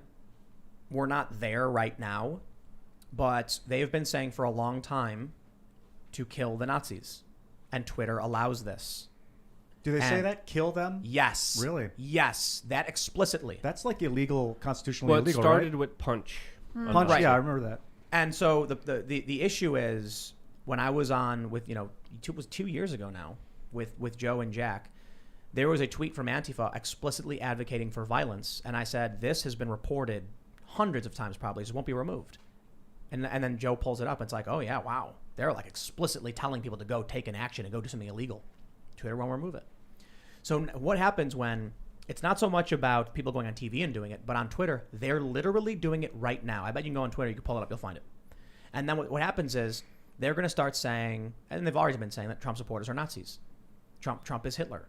And so what happens when they go on and they say, it's not your Tutsis, they say it's the Nazis. Right. They go on the media and say, you have to go, stop these people before it's too late. So if you say to go to kill a type of person, and then you say that guy is that type of person, you're essentially saying. But Twitter allows it. Is it not constitutional? I have faith in Well, the I'll tell you this. Constitution. I bet if you posted, to take action against a communist, you'd be nuked in 2 seconds. But Nazis different. It's the Brandenburg test. The Brandenburg test is the legal precedent for imminent violence. What is it? It's just, is it imminent or not? Yeah. And that means, is it true? You said it was changed now to, is it a true threat of violence? Yeah, it seems to be sort of changing. What does I that think mean? in the state law of Pennsylvania, they were using the language true threat, but the Supreme Court precedent is the Brandenburg test. Whether or not they're actually telling someone to do something right now. Mm-hmm. That's so weird. Well, we can take a couple more super chats, see what's going on over here. People are talking about Rush Limbaugh getting suspended. Mm-hmm. Let's see. Woody would like me to read his super chat. Let me see if I can find it. Woody. So, look, I apologize to a lot of people. When we get slammed with super chats, it's huge, and then we can't actually track everything. So I'll try and see if I can find this super chat. And when you have thousands, it just becomes... It's really a lot difficult. tonight. You're Thank you descended from guys. Oh, here we go. Woody says, Tim, I understand nonviolent civil disobedience, but the point of 2A, to bear arms, is to provide that check on government tyranny. My question is, when is such action necessary? A misguided attempt from the mostly peaceful protesters for sure, but where's the line? We had Vosh on the show, and he mentioned Nazi Germany. And I think everybody would agree, if they're rounding people up onto trains to bring them to concentration camps to be, mass genocided, you'd probably have to fight back. You have no choice. Crazy thing is they Self-defense. didn't know where those trains were going. Yep. And then we have that bill coming out of New York. Have you seen this one? Was it A14 or something like that? Mm-hmm. That says that they can remove and detain people suspected of having contact with someone who may have a communicable disease. Like, that's how... Any disease. Now, it's not passed, but it's been introduced. Basically, it would allow Cuomo the power, and anyone who signs the power, to remove anyone without legit cause. Now, of course, the bill says they must have clear and present evidence of a communicable, public health threat, epidemic, or contagion, or whatever. What does that mean? It means they're going to be like, your delivery guy tested positive for COVID, so you are coming in the truck. Yeah, and where is the truck going? They didn't. That's the thing. The Jews didn't know. They were like, hey, we're going to put you on trains and take you to a resort. They were telling them we're going to take you to another town or another place to set you up. They didn't tell them they were going to go take them, throw them in ovens. So, yeah, maybe they should have used weapons to defend themselves, but they didn't know that's the problem. What happens when someone comes to your house and says, we'd like you to come with us, sir, and you just say, okay. So it's tough. I don't know, man. It's crazy that it's almost the perfect storm of reasons and rationale. You like with all the COVID stuff, all of the political as well. It's like there's these two major reasons that people are sort of getting isolated into these groups, and it's crazy that both are happening at the same time. Yeah. Well, I think it's fair to say it's going to get worse, not just because of the political collapse of the right, but because of the oncoming tsunami of financial consequences that are going to be there because of the lockdowns, because of this kind of larger idea of the Great Reset, which the Biden administration is going to be pushing, admittedly.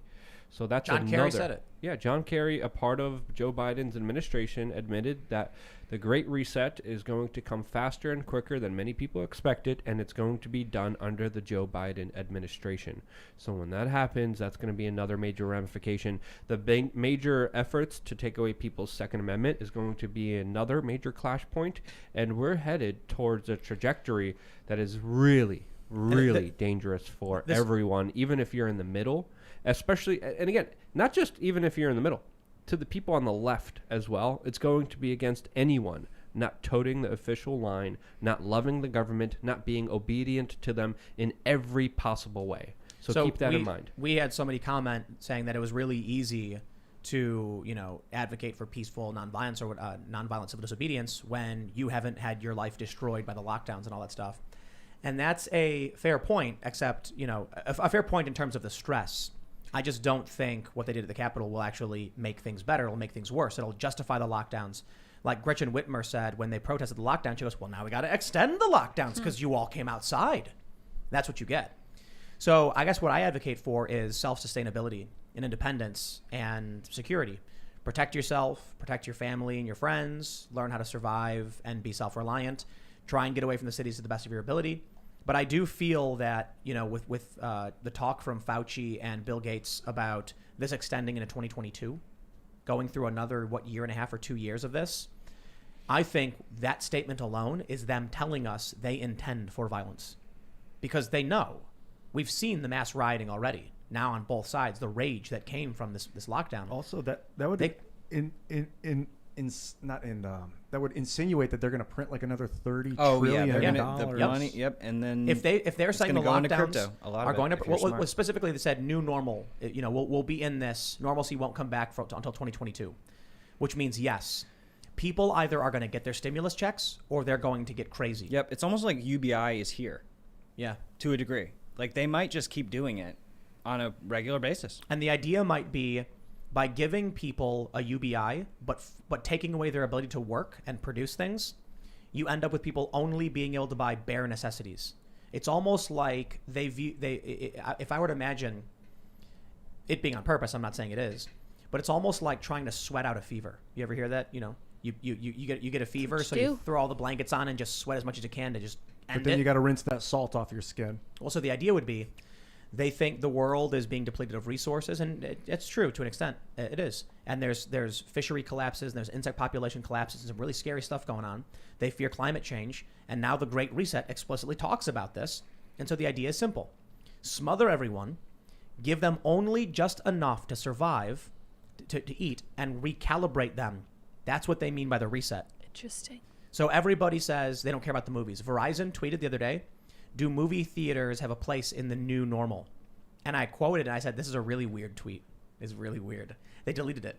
It was really weird. Yeah. And I think most people said no. Yeah, it was a Twitter poll. So ultimately, they will probably have lockdowns going on for a few years. They'll give people only just enough, and it'll be fought over relentlessly in Congress. And then I think some people will snap. If the left doesn't get their $2,000 per month, they'll snap. If the right sees the country printing and just essentially devaluing the dollar like crazy, and then they can't run their businesses and fulfill their own lives and purposes and have freedom, they'll snap. So I'm not optimistic about the future unless everything comes back to normal, which is probably not going to happen.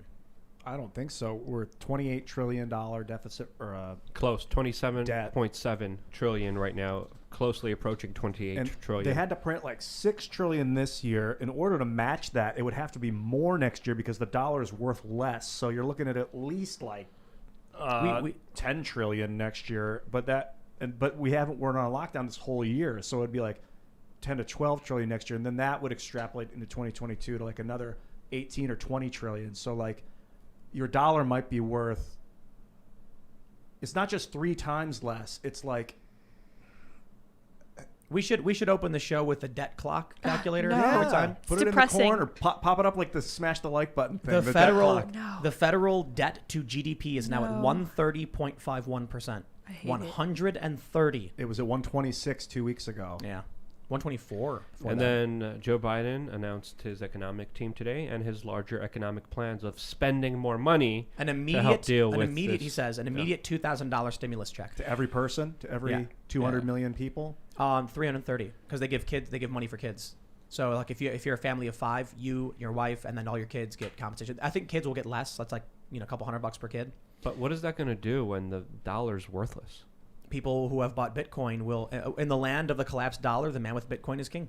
So that's like $600 ammo. billion a month is what they're looking at. $2,000 a month is that what they're looking at? I mean, $600 Ilhan Omar has billion a called for month. $2,000 a month. Think about the mass amount of money they're printing every month if that was the case. I think Canada implemented a kind of similar system. I have to look that up, though, to be honest with you. What's interesting is a lot of people are saying, the other day I mentioned I bought Bitcoin, and they're like, Tim's buying the top. You should wait till it goes down. And I'm like, well, you can look at the massive spikes of Bitcoin in the past where it's broken all-time high, and then it does fall down. I think Bitcoin may go down as possible, but I also think those dips didn't happen right around the time. Those dips didn't happen right after a bunch of people stormed into the U.S. Capitol building, and there was a chaotic transition and mass purging on social media, and 66% of all U.S. dollars being printed in one moment. So I kind of think people are buying Bitcoin in fear. You have Mass Mutual, an insurance company, putting $100 million of their treasury into Bitcoin. No, you have really? Fidelity. You have MicroStrategy, a publicly traded company, putting $500 million of their corporate treasury in because it is digital gold. Yeah. Ian, you mentioned the crypto market cap is now $1 trillion. The market cap of gold is $9 trillion. We're going there. We're going there faster Bitcoin than is people realize. eating the financial system. It is the new printing press, and Elon Musk, one of the world's, if not the world's richest man, hinted at even investing in it with Tesla. Oh, I'd like to tell everybody something. Okay. What was it? 2012. Bitcoin was at what, like $1? Yeah, You could have walked outside. Excuse me, sir. Might I have $1 from you? I will pay you back. Sure. I don't care. Keep the $1. Okay. Bought one Bitcoin and then just walked away. You'd have $40,000 right now. 40,000. You could buy a Tesla with one Bitcoin. You could buy a Tesla with one Bitcoin. It was okay. In November, it was at 13. It is at 40 now. But the thing is, like I said, we are seeing people storm into the Capitol building. We are seeing mass printing of the dollar. It is not the same as it was last time. Some people did sell off when it hit like 42 because it's like, whoa, they get scared. And then I'm buying the dip. It's a big market money. What were you gonna say? How can you have faith in a financial system that literally is just hitting 0 on the keyboard? Right. How?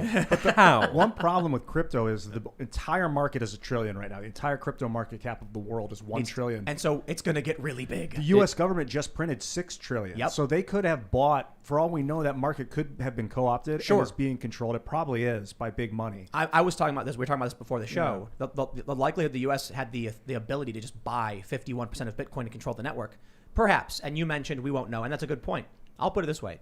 I personally am confident in Bitcoin, and I'll tell you this: if you mentioned what are these companies, Mutual Insurance, Mass Mutual, put in Fidelity, JP Morgan just predicted that Bitcoin will hit like 150K. I think Bitcoin's going to go over $1 million.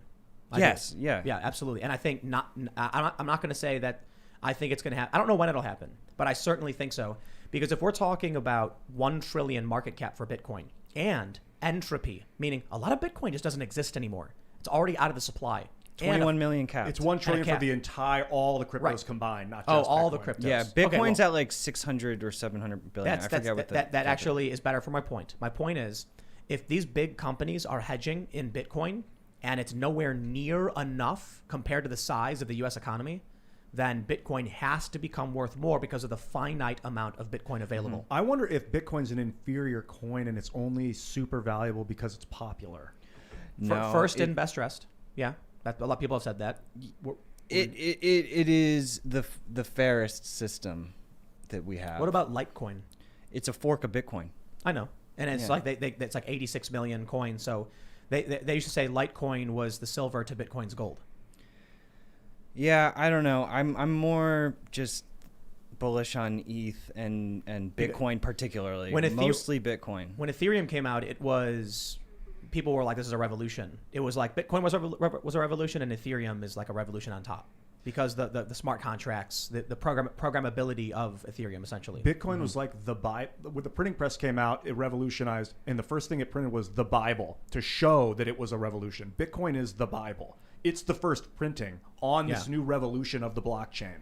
The blockchain is the printing press. Yeah. So I'm not a big fan of these like altcoins. These other, I think it's silly, and that's why I do have a couple like on my website. You can donate to some couple addresses. There's a lot of scams out there. There's also a lot of predatory behavior. You have to be aware of that, and you always have to be super careful. And it could go back the other way. It's a new technology. It will go back the other way. And it could be used to track, trace database, and spy on you. And some people even believe it's a honeypot. Who knows? That's another. Well, that's why there are hear. privacy coins like Zcash and Monero, which actually are interesting. They just got banned from some U.S. exchanges for like probably surveillance reasons. Yeah, the IRS released a statement that they're trying to crack and break down Monero. So that led to a lot of people investing in Monero.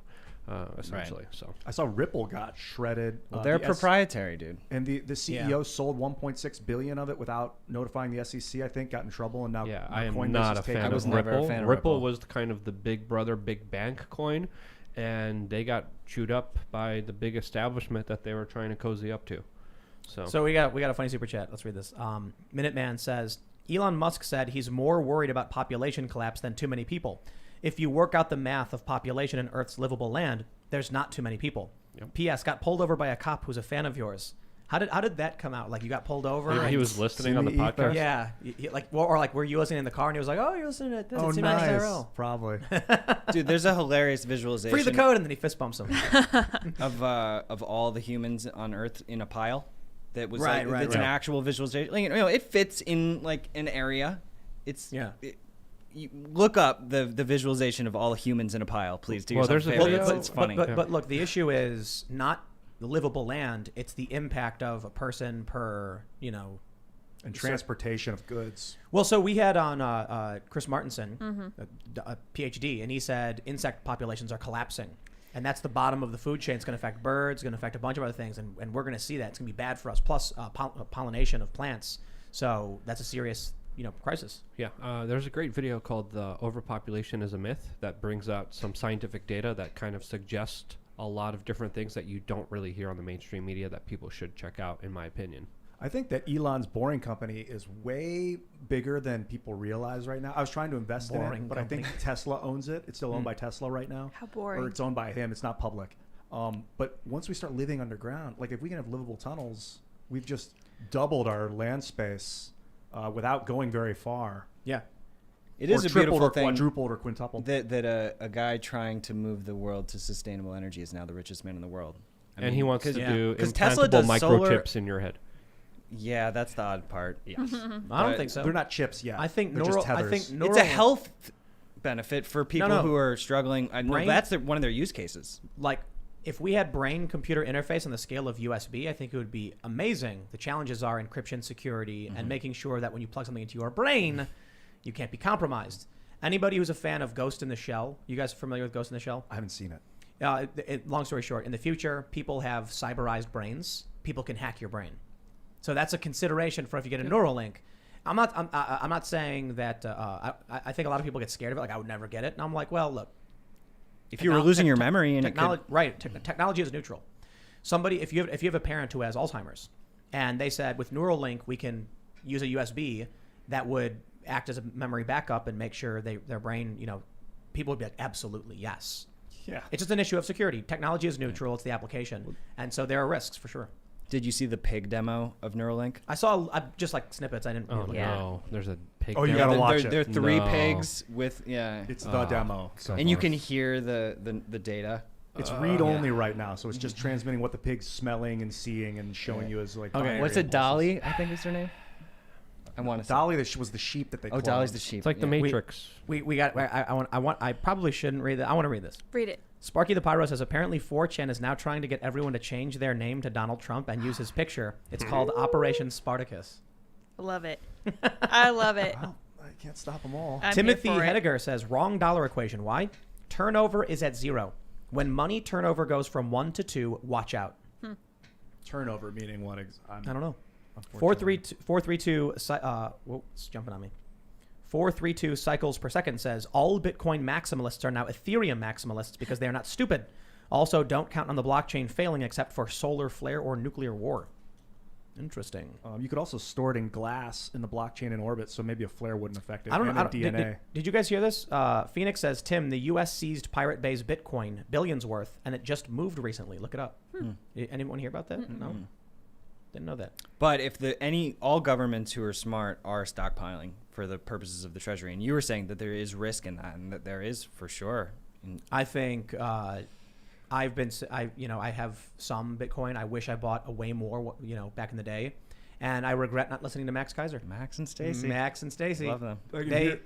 I love that meme. Have fun staying poor, and Did it's you- like him drinking a martini or whatever. Did you hear Sean Lennon's intro to their podcast? Oh no, you did. Yeah, he did it for them. It's really Oh, good. it's awesome. Yeah, I didn't know that I'm was just- Sean. That was Sean. Yeah. I'm just gonna say it again. Yes. If you listen to Max and Stacy, you'd be super rich right now. And if He was talking history about repeats this. itself. I know. He's been right about so much for a long time. Yeah. And this was back in like 2012. He was like, "You gotta buy Bitcoin," and it was like a couple bucks. I love the way he just went for the throat of the banking system after the collapse in 2008. Man, he was vicious and just right on about how criminal they were, about the money they took and the Obama bailing them out. We're hoping to get them on the show soon. They don't want to travel for obvious reasons, but Max and Stacy are amazing. We love Eventually. Max and Stacy. Yeah, and I wish I listened to more to them. in They're the actually past. advisors of mine. Oh, really? Yeah. Ah, Yeah, cool. yeah, they're- they're good people. Yeah. Well, you've been on Max's show. Yeah. Yeah, Max is the man. If you have the Orange Pill podcast, Yeah. right on. Yeah. If you, Oh no! It was on his RT show. Oh, yeah, I haven't yeah. been on. Do they- That's a new show, The Orange Pill. Are they still doing the RT stuff? I don't know if they are. Yeah, I don't know. They're doing the Orange Pill podcast, and it's like the orange pill. There's a colored pill for everything, but it's Bitcoin. Yeah. And I think he's right, man. He's right. Yeah. If you haven't already, smash that like button. We'll do one more. We'll do one more super chat here. Let's see. We'll do 2 more super chats. Mickey the Fourth says, "There's an amazing channel called Radical Liberation, focusing on in-depth analysis of geopolitics, doing weekly streams. They recently did an episode on how the scientific theories of overpopulation have been here to justify stuff for 200 years. Must watch." Interesting. We'll check it out. And we'll just do one more. It's the perfect segue as we begin to sign off. Julie Simone says, "Love the addition of Luke to the show. Hit me up if you need any puppy training tips. Congrats on becoming a dog dad." Oh, thank you. I'm doing a lot of training. It's a lot of work, and Yes. keeping up my own independent media organization and coming in here. It's a lot of stuff, but we'll see where it goes. The cuddles are worth it. Yes. Wow. She is super cute. What Does kind she, does she like bite your feet in the middle of the night? No, we're crate training She's her. great. Oh, Yeah. okay. That's good. Right on. You want her to like the crate. Yes. As sick as that Yes. sounds. But then they grow Love up. your and- cage. They feel like it's their own home, and they Yeah. actually prefer it, Yeah, and it's they do, better yeah. for. My I get friend it. had a dog that when he would train her, she would bark. He'd grab her throat and pinch it, and then she never barked. Well, you want to use positive reinforcement. So whenever she does something good, like when I call her, she comes to me, I give her a treat. When she potties outside, I give her a treat. You don't want to really use negative enforcement, especially with breeds that are known to attack their owners. You kind of want to German keep Shepherd. They them. say that works with humans too. Yes, there we go. You want to keep things happy, so the dog's always happy and always pumped up and always, the tail is wagging. So that's what I've been doing. Maybe I'm making a mistake. Let me know. So yeah. Right on. My friends, smash the like button, subscribe, notification bell. It really, really does help. Engagement is good for YouTube. YouTube loves it. And now the fun part. If you want to follow me, I'm on Twitter, Instagram, and Parler at Timcast, presumably for the time, for the foreseeable future. But you never know because things are getting absolutely crazy. So you can also check out my other YouTube channels for the time being, hopefully for the foreseeable future, youtube.com/Timcast and youtube.com/TimcastNews. And we do the show Monday through Friday live at 8 p.m. So subscribe. Give us a good review on iTunes. It really, really does help. And if you haven't checked us out there, you can check us out on all podcast platforms. Bill, thanks for coming and hanging out. Thanks I for hear having that- me, man. I hear that love you guys. Not only do you have social media accounts, you have an entire social media network. Ooh. Yeah. No, Tim. Show off. Tim is one of the rock stars over at Mine. So don't forget to shout out Mines in your little Timcast. reg. Yes, mines.com Your reg /Timcast. Heck yeah. list. It's funny with the little social media icons that people put on their website. It's like, the trendy ones, and you just gotta, all the alternatives. Do cover yourself, cover your own bases. Everyone out there, join them all. Just do what you can. So mines.com/Ottman, Ottman. Right on. Oh, Luke, you sell shirts. Yes, I sell shirts. Shirt I was going to selling. say check out my small independent mom and pop media organization on the YouTube channel We Are Change, but I think it's more imperative you go to wearechange.org and definitely sign up on that email list so we could talk together without some head honcho oligarch standing in the way between me and you. There's also wearechange.org/donate, which you could support my independent voluntary efforts here. And there's like 20 different ways where you could get involved. And I really, I got to admit it, like the people you have here, the people you've been able to galvanize, top A, amazing individuals. Some of them are like facetious and they make a lot of funny comments. But I seriously, one of the best communities that you've been able to foment and build here. Awesome, amazing human beings. Thank you guys so much for coming to my channel too and checking it out as well and spreading the support and love. It truly is crucial and important more than ever that we get the word out now. While we can. Yeah, while we can. Yep. Exactly. Oh, well, hello, Tim. Thank you. Thank you. Yes, you can follow me, Ian Crossland, at most social networks, Twitter, YouTube, Facebook, which I don't really check, Instagram, and Minds, of which I was a co-founder with Bill. And it could be very well the future of social media if we maintain its free software methodology. Also, smash that gorilla and share this. Share this. I don't think Tim mentioned yet to share this, but I want to encourage you to share this content because in the day of, computer simulated algorithms that are deciding what people see, you still have the power to show people things you like. And Ian, if every single person who tuned in today shared this, we would be bigger than CNN. Okay, then it's possible. Shares are more powerful than ever. That's right. Right on. You can also follow at Sour Patch Lids. You can follow me on Twitter. I'm on Twitter at Sour Patch Lids, Sour Patch LYDS, and I post random stuff. Is today Friday? Today's Friday. Wow. Yes, We'll correct, be sir. back Monday. I will be back tomorrow morning on my channel over at youtube.com/Timcast News, but we'll be back with this show live 8 p.m. Monday. So again, smash the like button, subscribe. Check us out on all podcast platforms. Thanks for hanging out, and we will see you all next time. Bye, guys. Bye.